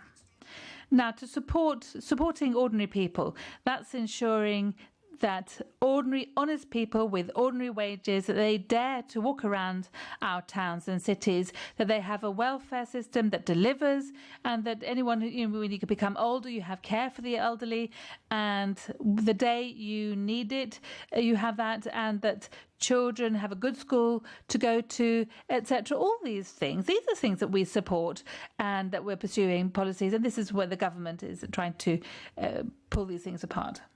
That's the end of that round of rejoinders. Next, Annie Lööf from the Centre Party, please.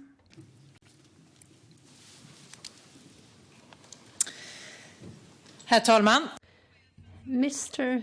Speaker, there is a think tank, OIK, that is closely related to the Sweden Democrats, and there the other day we saw criticism aimed at Ulf Kristersson, and that is because he has decided to give his support to Biden. What is said is that this is a battle between cultural Marxism and the Western civilization, and Trump is the only one courageous to take on that fight.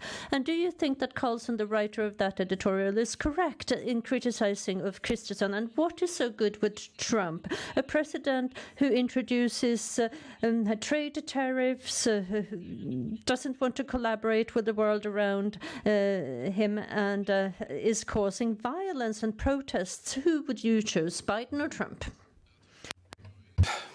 Mr. Speaker, well, I'm happy to live in Sweden and not in the United States. I don't have to choose between these two presidential candidates.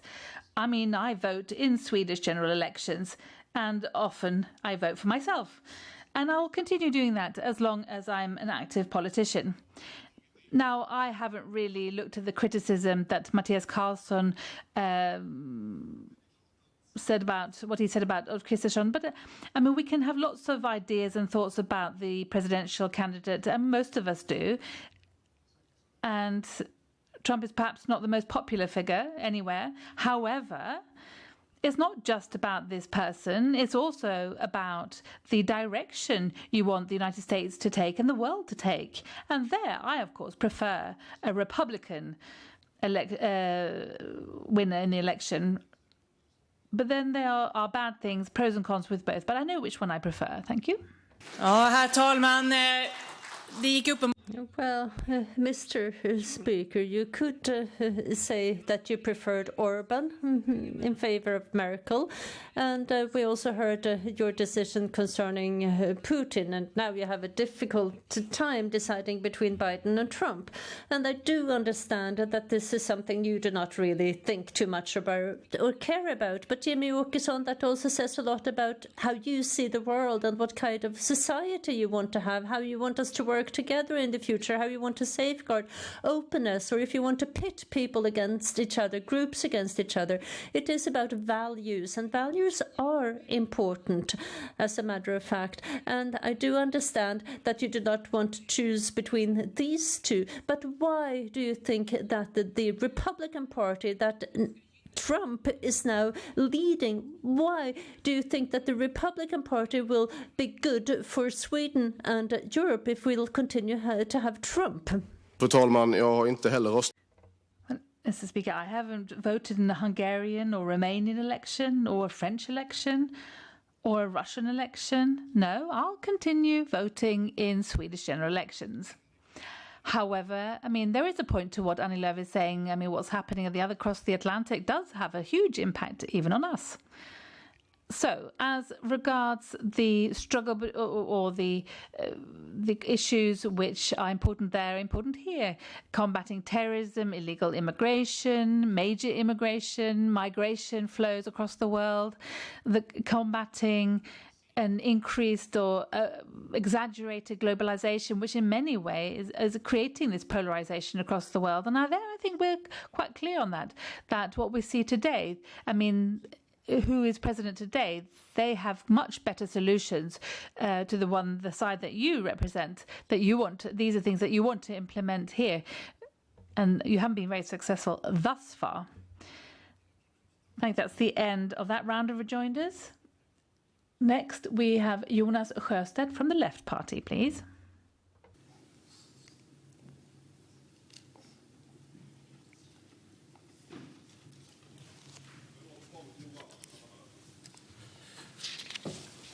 Tack så mycket, herr talman. Thank you very much, Mr. Speaker. Jimmy Åkesson.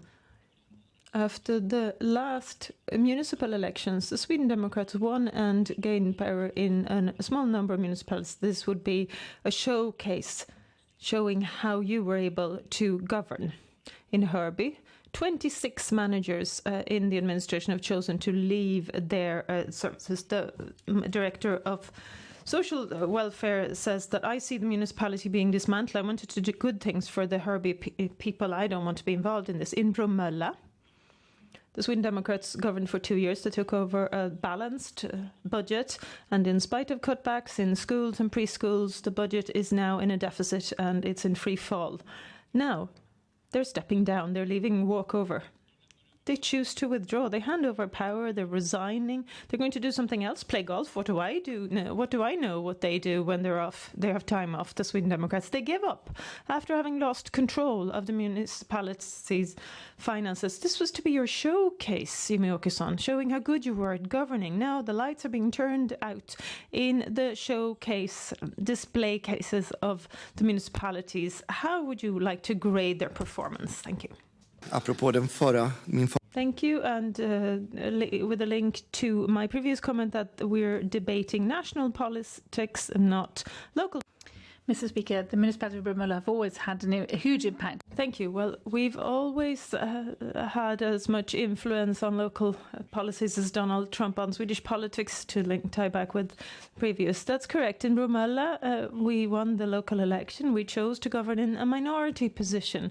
We did not take part in any building of a coalition, but with promises to take over the budget. And this did not succeed, where there's been a majority against you. And you might say what you like about that, but nevertheless, if you want to take responsibility fully and feel that you don't get support from the local elected assembly for the policies you want to drive in order to get the municipality to pull together and be successful, then it's a responsible approach to hand over to others. And that's briefly what's happened in Bromölla. Thank you very much.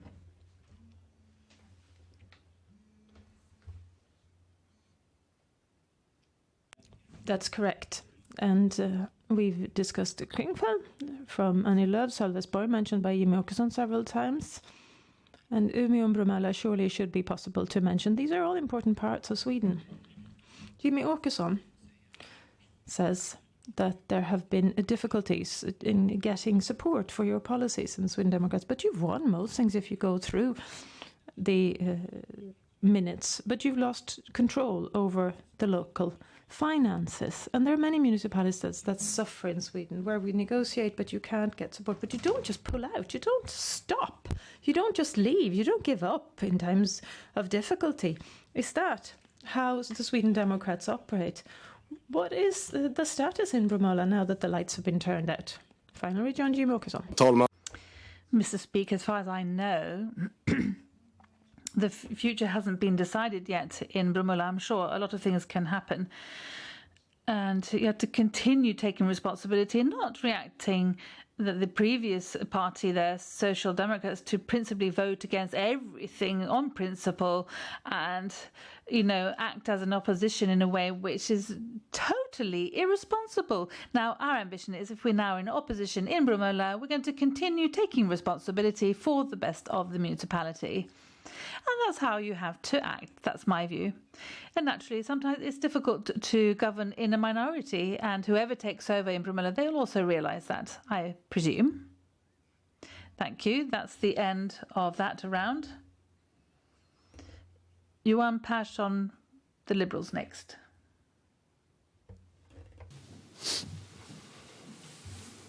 Tack, herr talman. Thank you, Mr. Speaker. I think we have to be a bit careful looking inwards in the country and outwards in the world. But I mean, with Jimmy Åkesson, he hates everybody to the left of the Liberals, and to the right of him, there's nobody anyway. But anyway, a link to what Jimmy Åkesson doesn't like, and that is global cooperation. When it's for real. And I'm talking about the European Union here, how important it is. And we see how Great Britain or the UK rather, is on the verge of Brexit, which is crashing as we speak. The populists and the Brexit gang, they've taken over basically, and the chief advisor there is top civil servant is leaving his position because of this.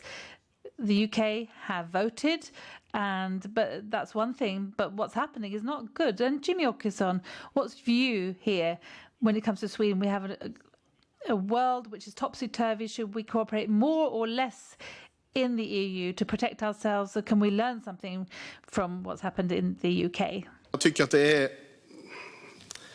ganska Thank you, Mr. Speaker. Well, it's quite typical of the Liberals, I have to say, to compare the EU with global, to call EU being global cooperation. The EU is not a global cooperation. It's at the European level, of course, in order for Europe to be able to stand up to a global competition. That's quite different. I'm not opposed to global cooperation nor European cooperation. On the contrary, I believe it's very much a precondition for us being able, as a small export-dependent country, be able to get the wheels turning in a reasonable manner. We've had this debate many times between the various representatives of the Liberal Party here and earlier. I thought we'd gone beyond the phase where we accused each other of not wanting to collaborate at European level. We do, but we want to do it differently. We want to build on a voluntary approach, a mutuality. We'll continue to work closely with the EU and the UK, of particular importance right now, perhaps. Jan Persson. Thank you very much, Mr. Speaker. It's not because I want to, I'm not argumentative. I mean, many people are here, but I think it's because we have different views about certain things. But in the Liberal side, we do believe it's important to reinforce cooperation. We see what's happening in China, in Russia, what's happening in Belarus, etc., what's happening everywhere. So human rights and freedoms that aren't exactly making any progress, and we need to cooperate more in the European Union to support the values that we have and defend the values that we have together. And the EU, I think, is the best form of cooperation for the environment, for jobs, for humanism, but also humanity, but also to fight crime. And there's a bill has been put forward, for example, how we can sort of find criminal profits, as it were, profits made from crime, how we can get people come here, to commit crime. Swedes commit crime in Spain. Of course, we need to ensure that the profits that they are taken, that they are seized. So we have to cooperate. But Jimmy Åkesson says no to all of this. Tack. Slutreplik, Jimmy Åkesson. Herr talman, jag säger inte nej. Final rejoinder, Jimmy Åkesson. Mr. Speaker, I'm not opposed to cooperation. I believe, for example, that we should have a more far-reaching cooperation to make it more difficult for criminals from Poland or Hungary to come to Sweden, or Swedes go to Spain to commit crime, or whatever combination you may have. And I put the question to Jan Björklund on numerous occasions before. Is there any political area at all where the Liberals do not wish to give more or all power to Brussels? I'm still waiting for an answer, and I apologize in advance because I'm sure I won't get an answer. Johan Persson is not permitted to answer, but it's a rhetorical question. The Liberal Party is the most Europe extremist party in this assembly. They want to basically transfer all our powers to Brussels, control over all sorts of things that shouldn't be in Brussels, that we could control ourselves back home. That's a development we're very much against. Thank you very much. That concludes the round of rejoinders, and the next rejoinder is for Isabella Lövin and the Green Party. You have the floor.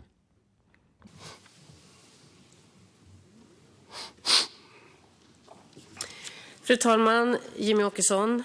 Madam Speaker, Jimmy Åkesson, during this corona spring and summer in Sweden, we have sort of all gone out into the forests and the seas and our mountains, and our freedom of access have helped us and helped many through these very difficult times. But the nature also needs our help. We need to look after it. If it's going to be accessible to many, we need paths and we need recreation areas, etc., that need to be maintained. And 1,000 more new natural areas have been expanded. This is despite the fact that the Sweden Democrats have always been against it, and all the right-wing parties, which surprises many, I think. As fast as you can, you take away money used to take care of our beautiful environment in Sweden. So my question to you, Jimmie Åkesson, why don't you want to safeguard our natural environment? Jimmie Åkesson.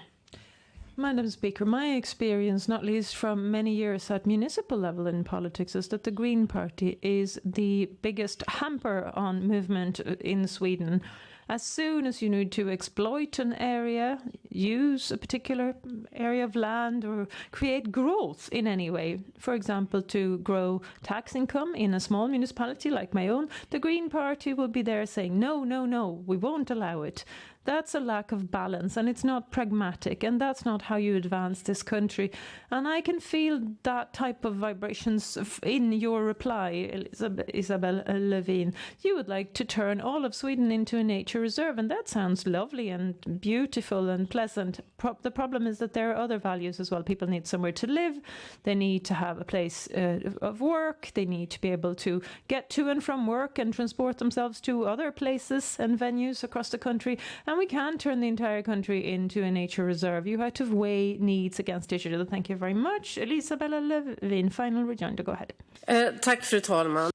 Thank you, Madam Speaker. Jimmie Åkesson, perhaps you know about the Panel for Biological Diversity, the report from the UN, where we have 1 billion species are threatened around the world unless we protect the ecosystems that remain.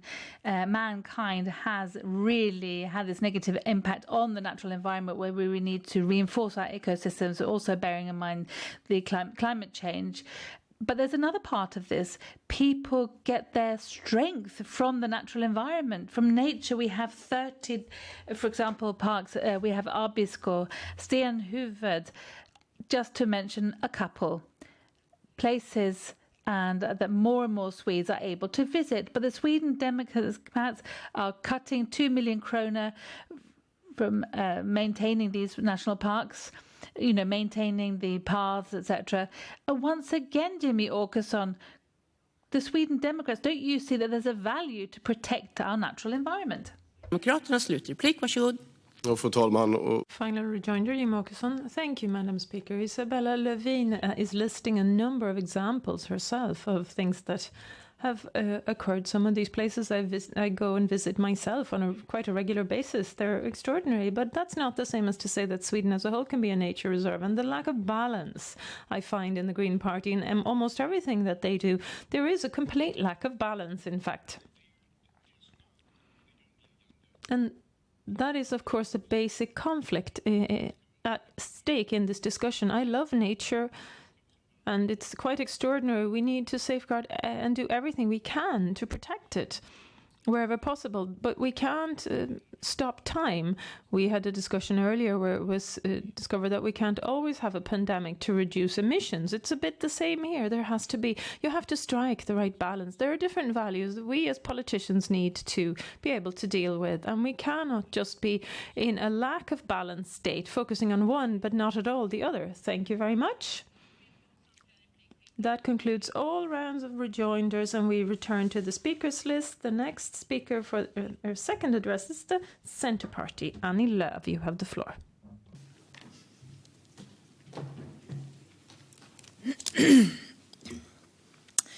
Fru talman. Madam Speaker, Örebro, Solna, Angered, Norsborg. 4 places in Sweden where violence have dominated security and safety, with killings, shootings, robbery, gang conflicts, and a 12-year-old girl murdered. Terrible acts which they're difficult to comprehend. We need to do everything to stop them. This is an incredible problem in society. We're debating it greatly because where violence gains a position, the trust and hope in the future disappears. Fear takes over. That is not acceptable.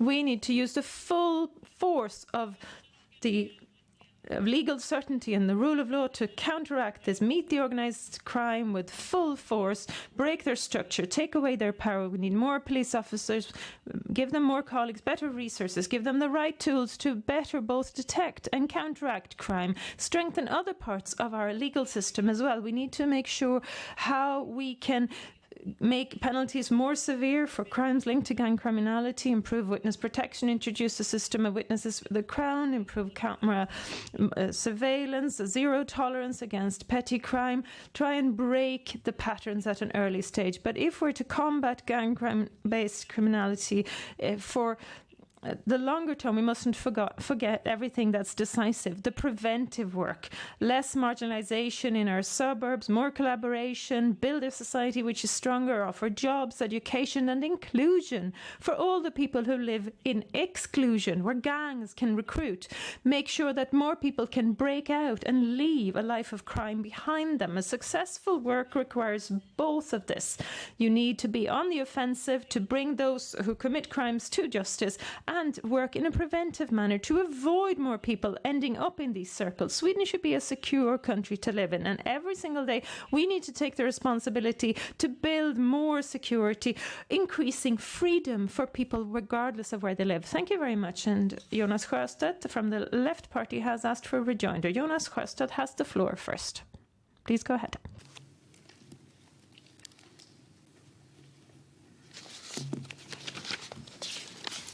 Fru talman.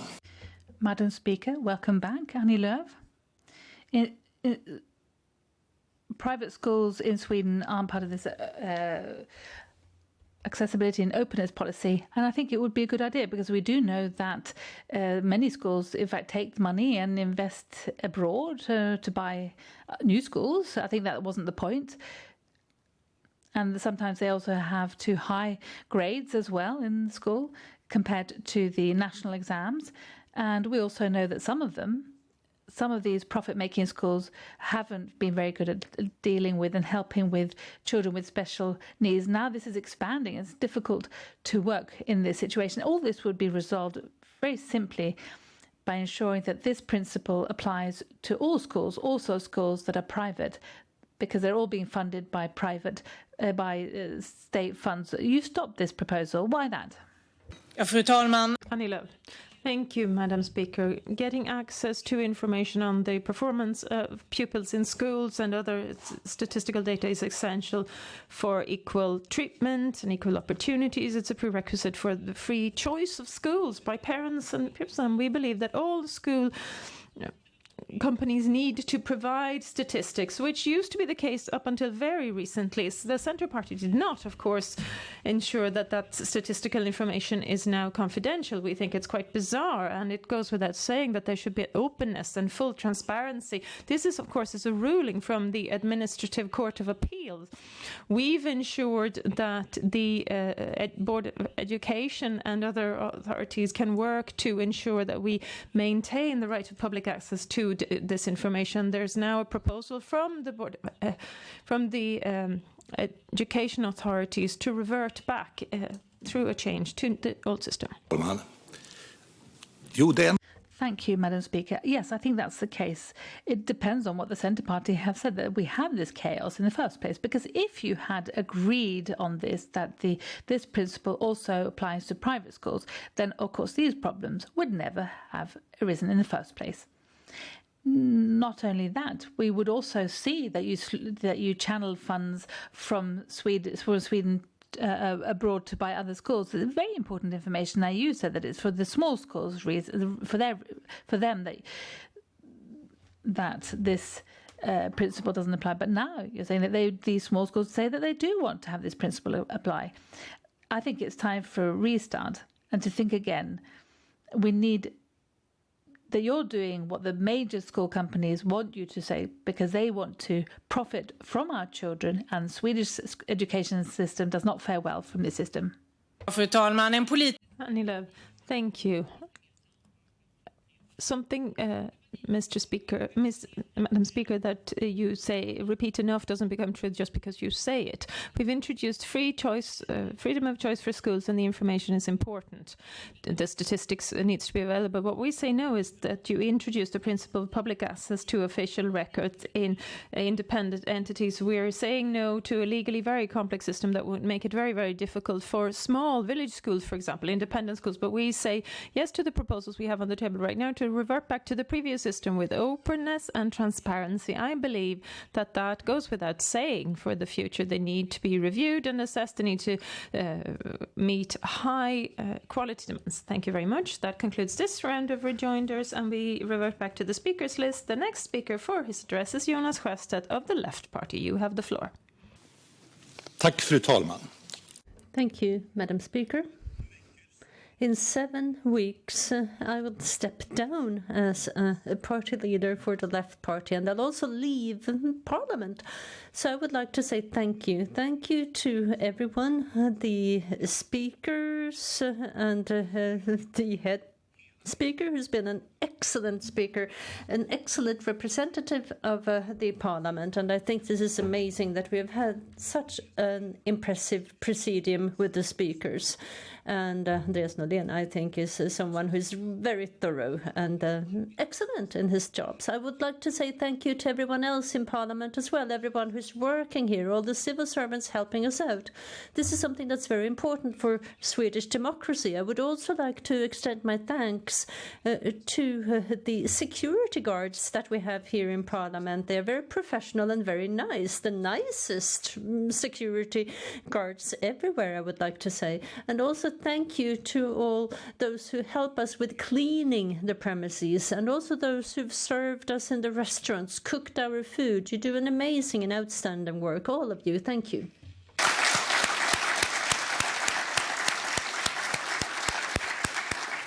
Men jag vill också tacka mina I would also like to say thank you to my party leader colleagues. Thank you for the debates and for excellent collaboration. Thank you to all the members of the Swedish Riksdag as well. Even if we do not always share opinions, we can cooperate in an excellent way, and I'm very happy to be able to say that. But I have to say that the biggest thank you, that is for everyone out there in the country, everyone who does what you can to create a better society, those who work for equality, justice, those who stand up and fight for colleagues, those of you who work on a volunteer basis in women's shelters, those of you who work to save the climate, those of you who stand up against racism, who show face of humanism. Instead, I step down as party leader, but I will always, always be one of you. Thank you. Thank you. The following have asked for rejoinders: Stefan Löfven, Ulf Kristersson, Annie Lööf, Ebba Busch, Johan Persson, and Isabella Lövin. And we will begin with the Prime Minister, Stefan Löfven.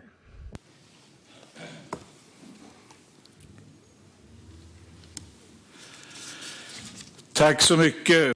Thank you, Madam Speaker. I've been informed that Jonas Sjöstedt on Twitter expressed a wish to replace the Swedish Social Democrats with the Finnish Social Democrats.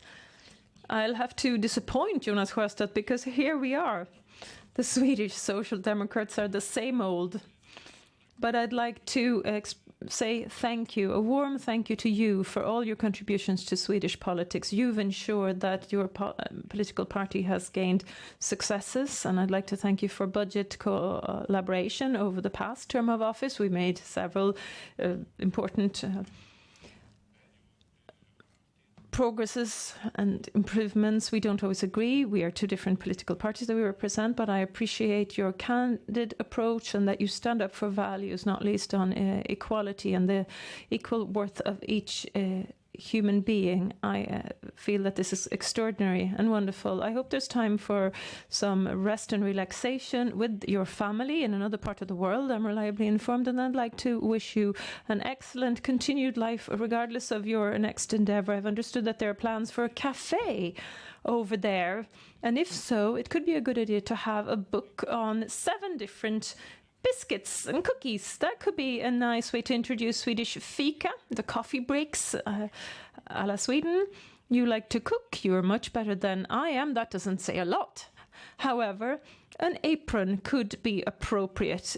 It's as red as it can be, and with Swedish moose as the pattern. Thank you very much, Jonas Sjöstedt. Kiitos, Stefan Löfven. Kiitos, Finnish. Jag skulle vilja tacka dig. I would like to say thank you to you for these years, and especially for the collaboration we had during the last legislative period. We did a lot together. We proved that we can increase equality, we can improve the welfare system, which is important to remember, especially in days like these when developments might be headed in the other direction. We have not always agreed, but regardless, I want you to know that I really appreciate you as an individual, as a person, and I felt oftentimes that in another world it would have been nice to have Stefan and Ulla as neighbors there, where we have our summer cottage, because we share interests in nature, for example, and we would have liked to see you over for coffee and cake. Thank you. We continue with Ulf Kristersson from the Moderate Party. Ja, Jonas.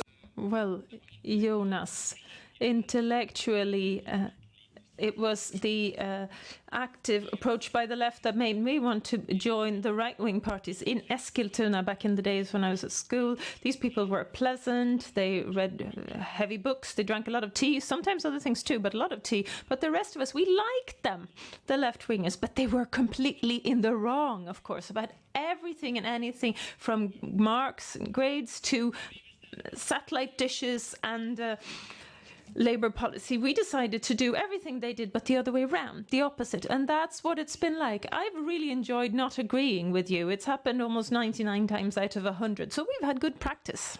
I've also enjoyed agreeing with you occasionally. You make a difference and a distinction between an individual and the material facts. Now you will join your family in Asia. There as well we have a common denominator, a great interest in Asia and in China.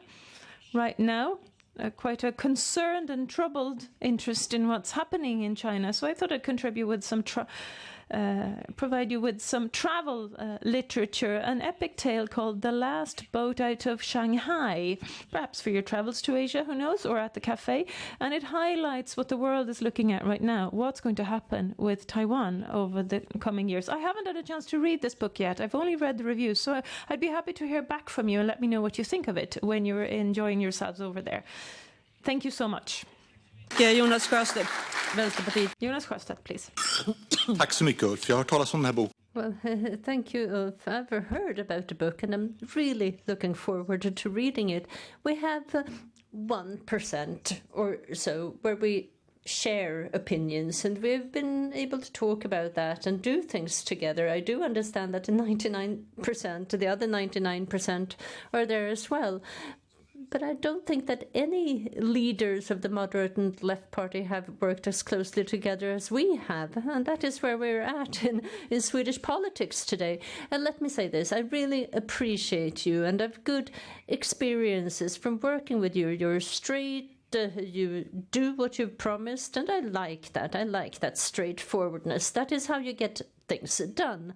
And I'm thinking about the things that we have done. Well, we produced more money for the welfare sector that dearly needed it twice during this crisis, corona crisis, and we've also stopped the government's ideas when it comes to proposals like taxes and entry-level agreements, and we have worked for better rules for employment immigration, and there are a few things that remain to be done, I believe, before I leave.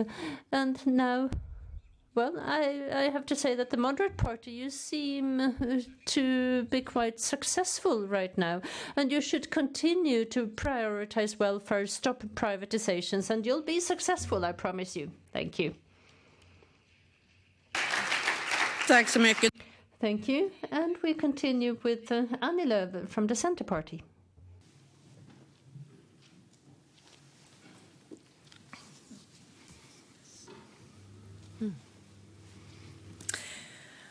Ja, fru talman. Madam Speaker, the final round of rejoinders with Jonas Sjöstedt, we've had so many over the years, and I've been thinking of what I'd like to give you as a parting gift, or what I'd like to give him, and I realized that he probably doesn't enjoy these parting sessions, so my gift, therefore, is a very vibrant ideological debate, Jonas Sjöstedt, because on the Dagens Nyheter pages the last week, the left party have put the home improvement tax reductions against welfare, talking about reintroducing various taxes when we need to have a roaring kickoff of the Swedish economy. When will the left-wing party stop painting in beautiful colors their despise for proper jobs and welfare? When do they realize that reduced costs for our companies and tax cuts for those who work will not make it harder for our welfare, rather strengthen it? And will the left-wing party ever be satisfied with anything less than socializing the entire business community?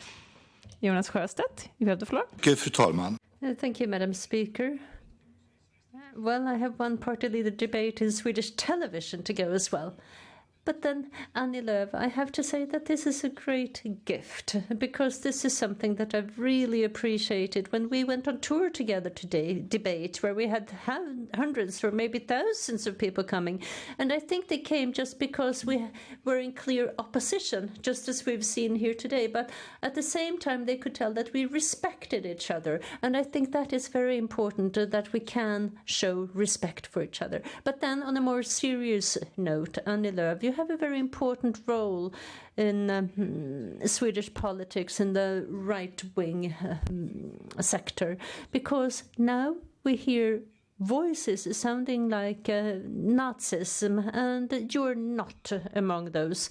And that is important, that we have those types of right-wing political parties as well. And I have every respect for you, and I wish you the best in your work, your family, but I want you to totally fail with the January agreement. Thank you. Annie Lööf, please. Madam Speaker, this is what it can sound like in our debates with Jonas Sjöstedt and myself, and this is what I will miss. An opponent who doesn't shy away from an ideological debate with a lot of acceptance and a lot of energy. We've had so many over the years, and we brought them out on tour, myself and Jonas Sjöstedt, and I will bring this with me when he steps out of the political arena. I will miss a political opponent and a colleague at the same time, who's always been able to separate the facts and the individual, stood up for his values, always stood up for his humanism, a warm, sympathetic individual. Also, when the lights go out in TV studios, etc., that's a real strength. We may disagree on many a thing, but I have great respect for you, Jonas Sjöstedt, and I very much respect your will to spend more time with your family. I wish you a wonderful future to begin very shortly when you move there to join them. And as a thank you and farewell gift, the Centre Party has also donated money in your name to save the children and the important work that they do. Thank you very much. Jonas Sjöstedt, thank you for two. Thank you. Two very, very nice, thoughtful gifts. Thank you. We continue with Ebba Busch from the Christian Democrats for the next set of rejoinders.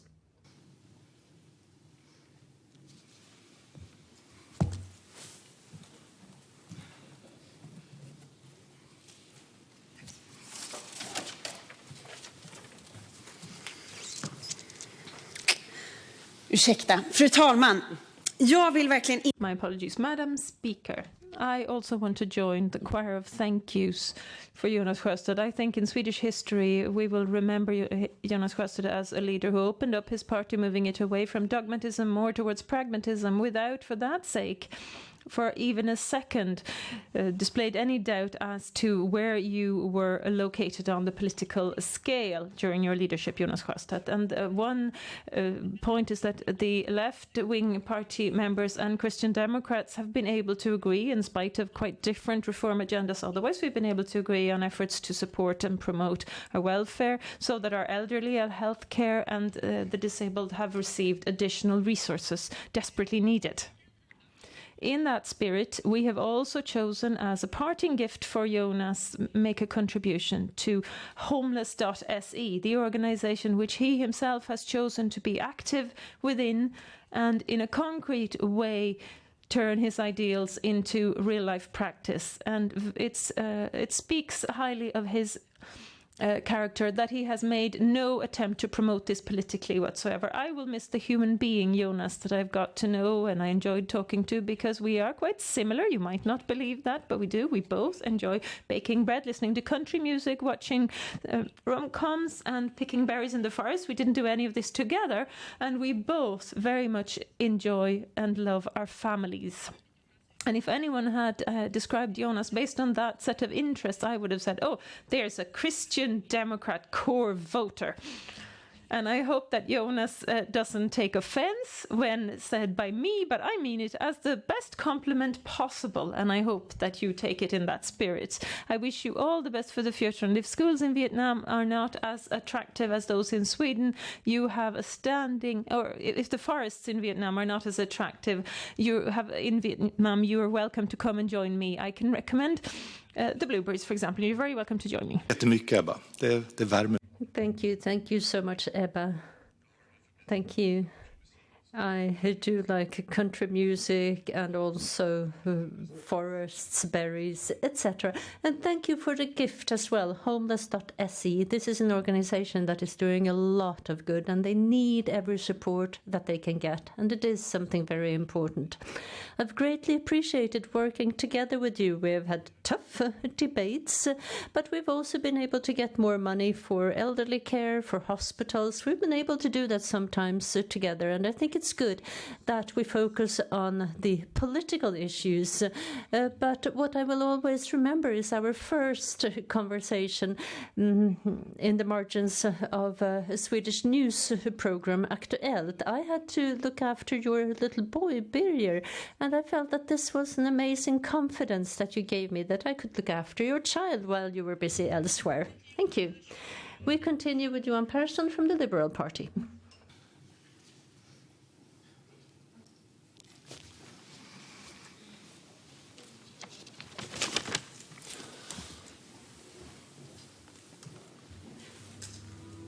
Tack, fru talman. Thank you, Madam Speaker. Well,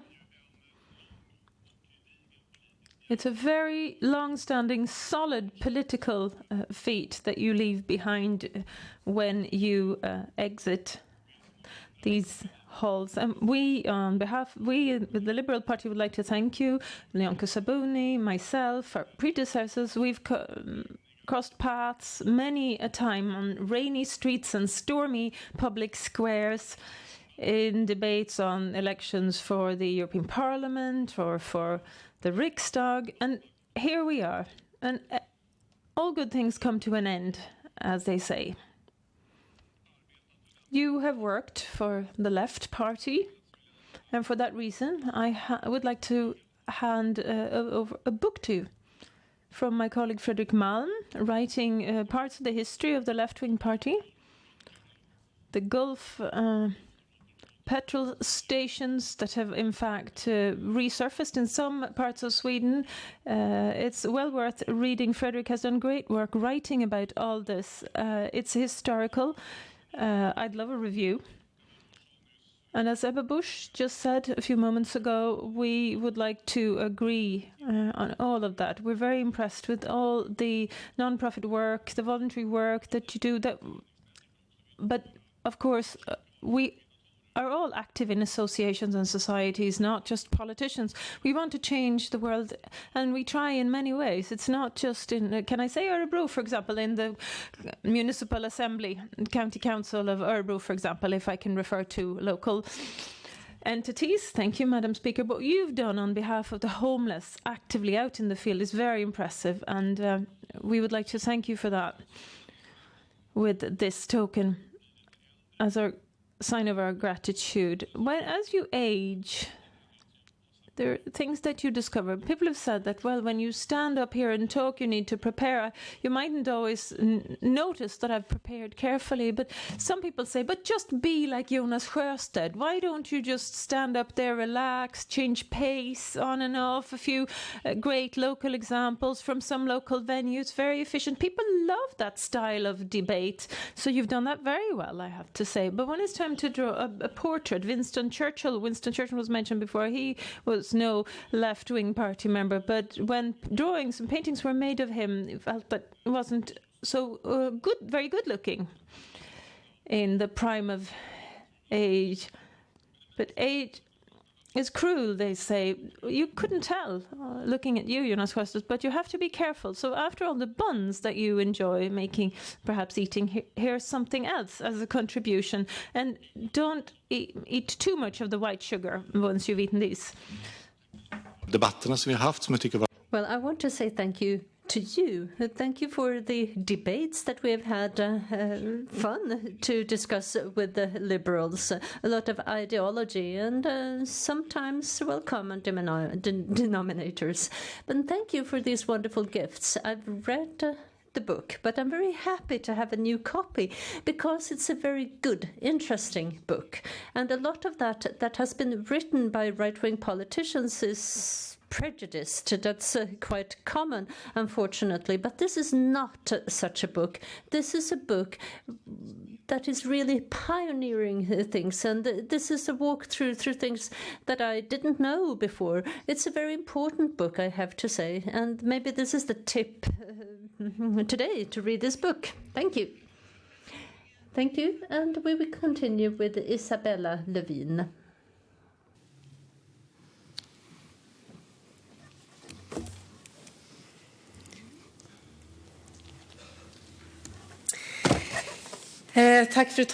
Thank you very much, Madam Speaker. Jonas Sjöstedt. So much has happened in Swedish politics since you became the party leader of the Left Party. And now when you're sort of ending this, you can really look back on a very important time in Swedish politics where you were the leader of the Left Party, which has played a crucial role. You have represented a very important voice for Swedish society, and you've done it in a way which I really, honestly admire.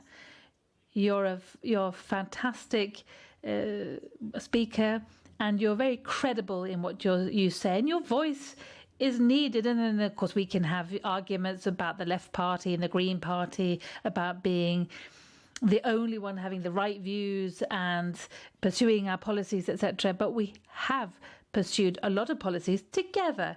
And I'd like to thank you for the budget cooperation that we saw in the last mandate period.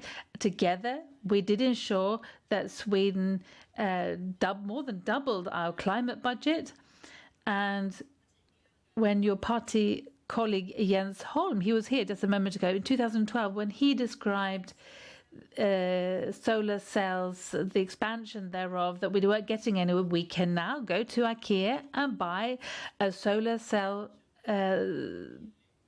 package, just as we buy our Billy bookcases. And in 2012, there was 7 megawatt solar power. Last year, increased to 698 megawatts in 1 year installed.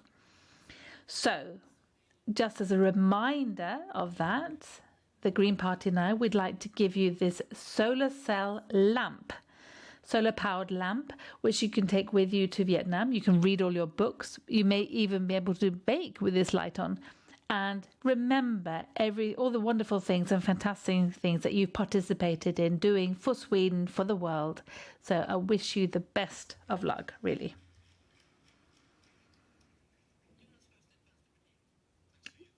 Isabella, Thank you. Thank you so much, Isabella. I've looked at these lamps in different stores and I never bought one, but now I have one. So great. I do have a solar cell lamp at home as well, and I do try to contribute, and we need to all contribute to manage the climate. And I think that this has been great fun to work together with you, the Green Party, especially the last legislative period here in Parliament. Everything you know about the climate and the oceans and fisheries, you have my fullest respect.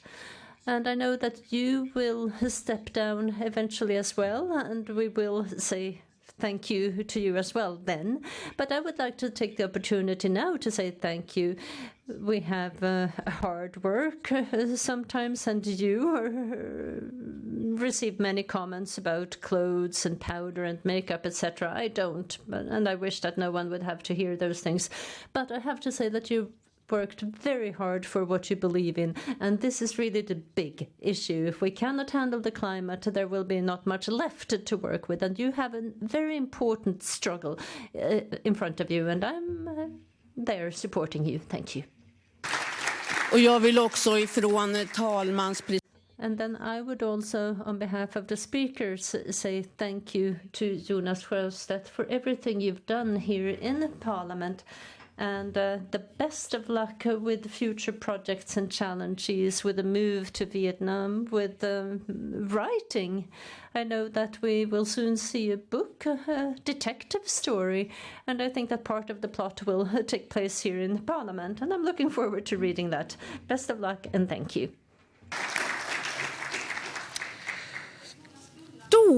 And then after that, we continue with the next speaker, and that is Ebba Busch from the Christian Democrats. Please.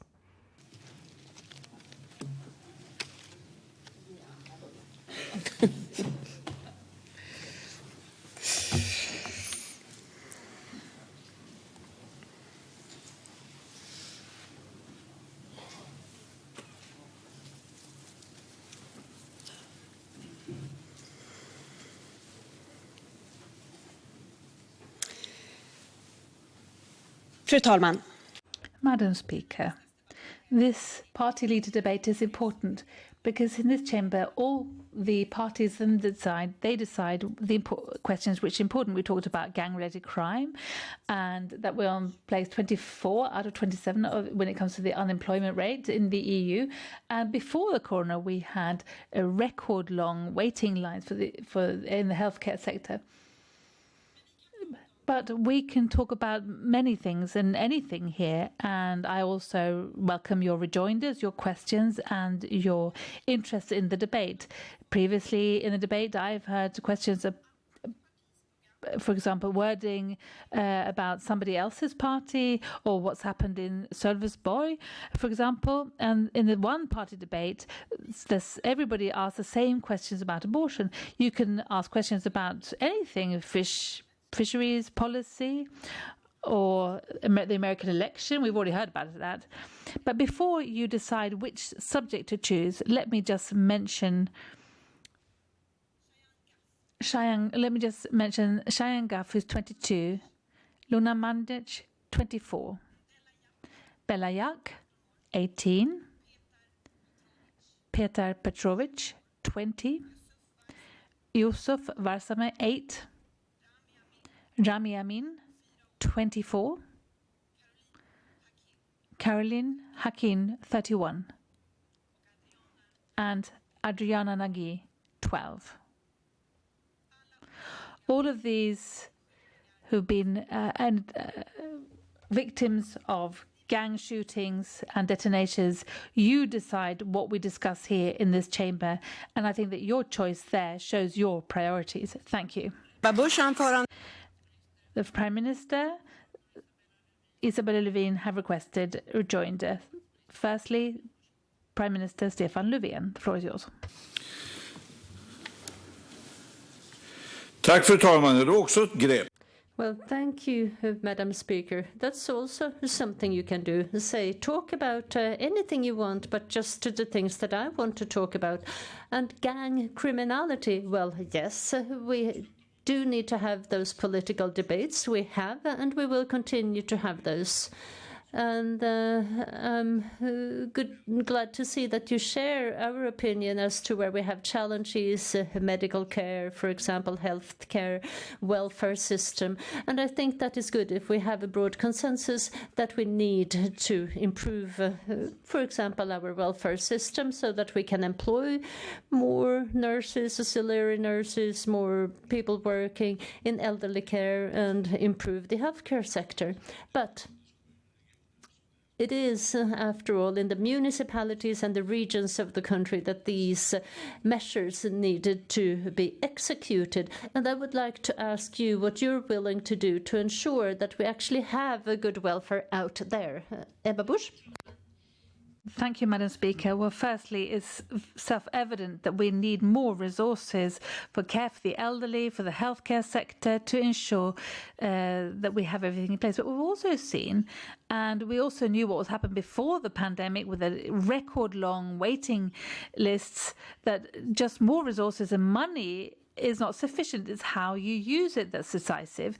And, I mean, if there are preconditions for nurses to actually do their job, or if they have too much paperwork to do, which is why we need structural change. For example, we need to reinforce the primary care system so that those in the ER end up in the primary care sector instead, whether they can get help faster. And we also need to dare question the basis for the whole organizations, the regions, because it's become self-evident again in this pandemic that the county councils or the so-called regions, they've done their bit, and we have to shut them down and have one entity in charge. Tack, fru talman. Well, thank you, Madam Speaker. I also feel that there is a need to have more of a national responsibility to ensure that waiting times are shortened across the country. However, I do not think that now is the time to totally reorganize our Swedish healthcare system. That would have the opposite effect, longer waiting times, etc. So I do not think that is the proper thing to do. But what is also a mistake is to focus on profitability instead of needs.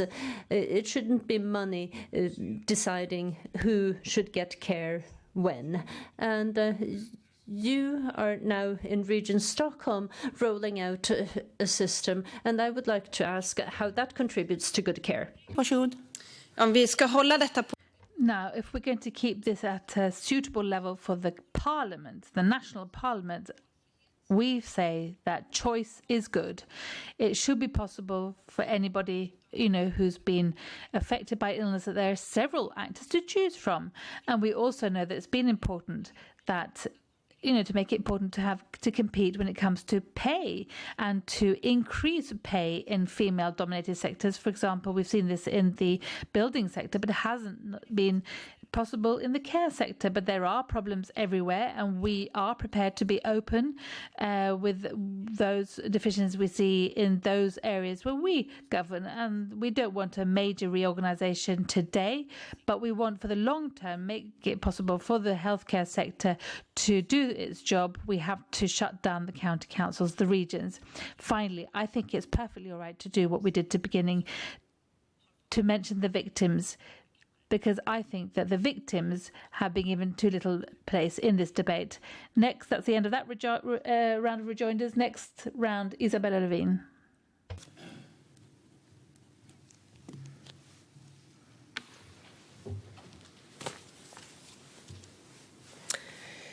Fru talman.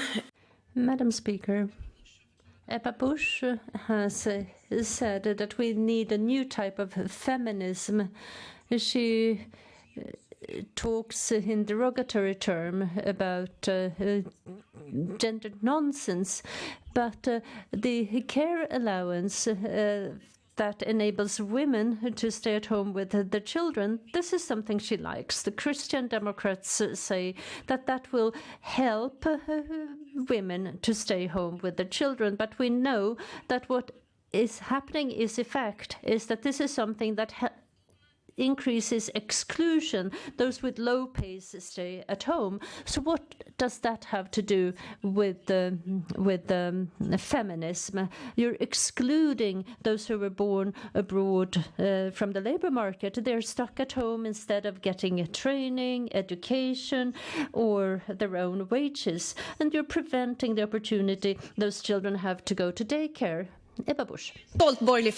I'm a proud conservative feminist, and I would also have new feminism in Sweden, but the government says it's feminist, but they haven't allocated enough resources or made sufficient amendments to legislation to ensure that women, for example, that report sexual crimes can't take their cases to the courts, and that's not feminism. And women are doubly affected by sick leave, for example, as well, and the so-called feminist government has got no plan whatsoever how to remedy this. Then you shouldn't call yourself a feminist government. Now, to the question at hand, I don't think that this is a problem at all, that mums and dads, for that matter, that they find different ways of doing this, where they can prevent their children having to be in overfull children's groups in preschools when they're a year and a half, and to make this possible by having childminders or by staying at home a couple more months. Thank you. Isabel Lövin. Tack, fru talman. Isabella Lövin, final rejoinder. Well, I noted that Ebba Busch is not answering my question. How does this help integration? How does this remedy the problems that we see in marginalized areas? It's a reform for about 1 billion krona, a child allowance reform. And we know that those who will be using this is those who were born abroad with short educations, and they are now paid to stay at home, to have childcare at home.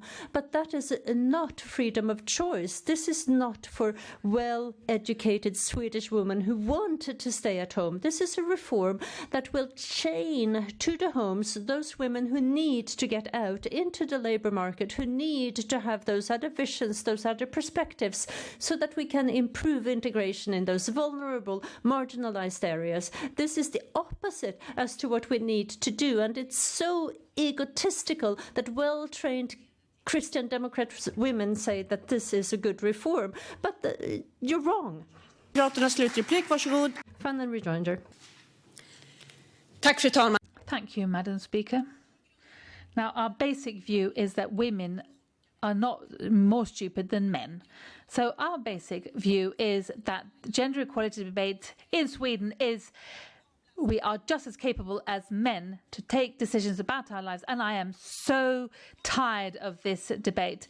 If you have 1 year, 3-year-old children, and you're afraid of them sitting in these overfill groups in preschools, and that you want to just wait a little bit longer, or you might have childminders instead, you can use it for that. We're not going to go back to the old system, the old grant. And in addition, then it's a language preschool for those who are not born in Sweden because they have other different preconditions. They need different possibilities. And you also need to have Swedish for those who are at home with their kids as well. And then we're going to reorganize our benefit system so that you can't just collect benefit after benefit after benefit. Thank you. That's the end of that rejoinder. Next, we have Johan Persson.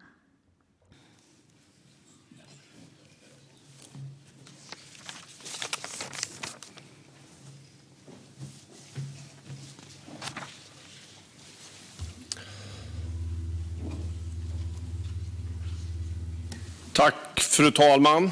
Den pågår... Thank you, Madam Speaker. The current corona pandemic has shown that we have serious shortcomings in our welfare system. Elderly care is the most obvious example. And here there are many good homes for elderly care and many good examples of home help services as well, where the care workers do a lot. But there are also other examples where they do not have the necessary prerequisites to be able to do a good job, to be able to protect these vulnerable elderly. And now we need to invest in better health care, 8 billion in the budget if we look at everything for this year. And we need more co-workers, we need better training, and we also need new working methods and routines. But we want to do even more, the Liberal Party. Already 35 years ago, we fought for the integrity, own rooms if you're in a care facility. And we need to change this, that these elderly, very vulnerable people, that they have to deal with maybe 10, 15 workers a week. Well, that is not acceptable, pandemic or not. And those who are working with home help services, they also need to speak adequate Swedish. We need doctors in the elderly care as well. We need to re-employ doctors there so that we can give the best care. For decades now, we have fought for the vulnerable, and we're going to continue doing that. It's about the fact that even if you're old, you should be able to lead a good life and a life in dignity. Thank you. Thank you. And we continue with Isabella Lövin.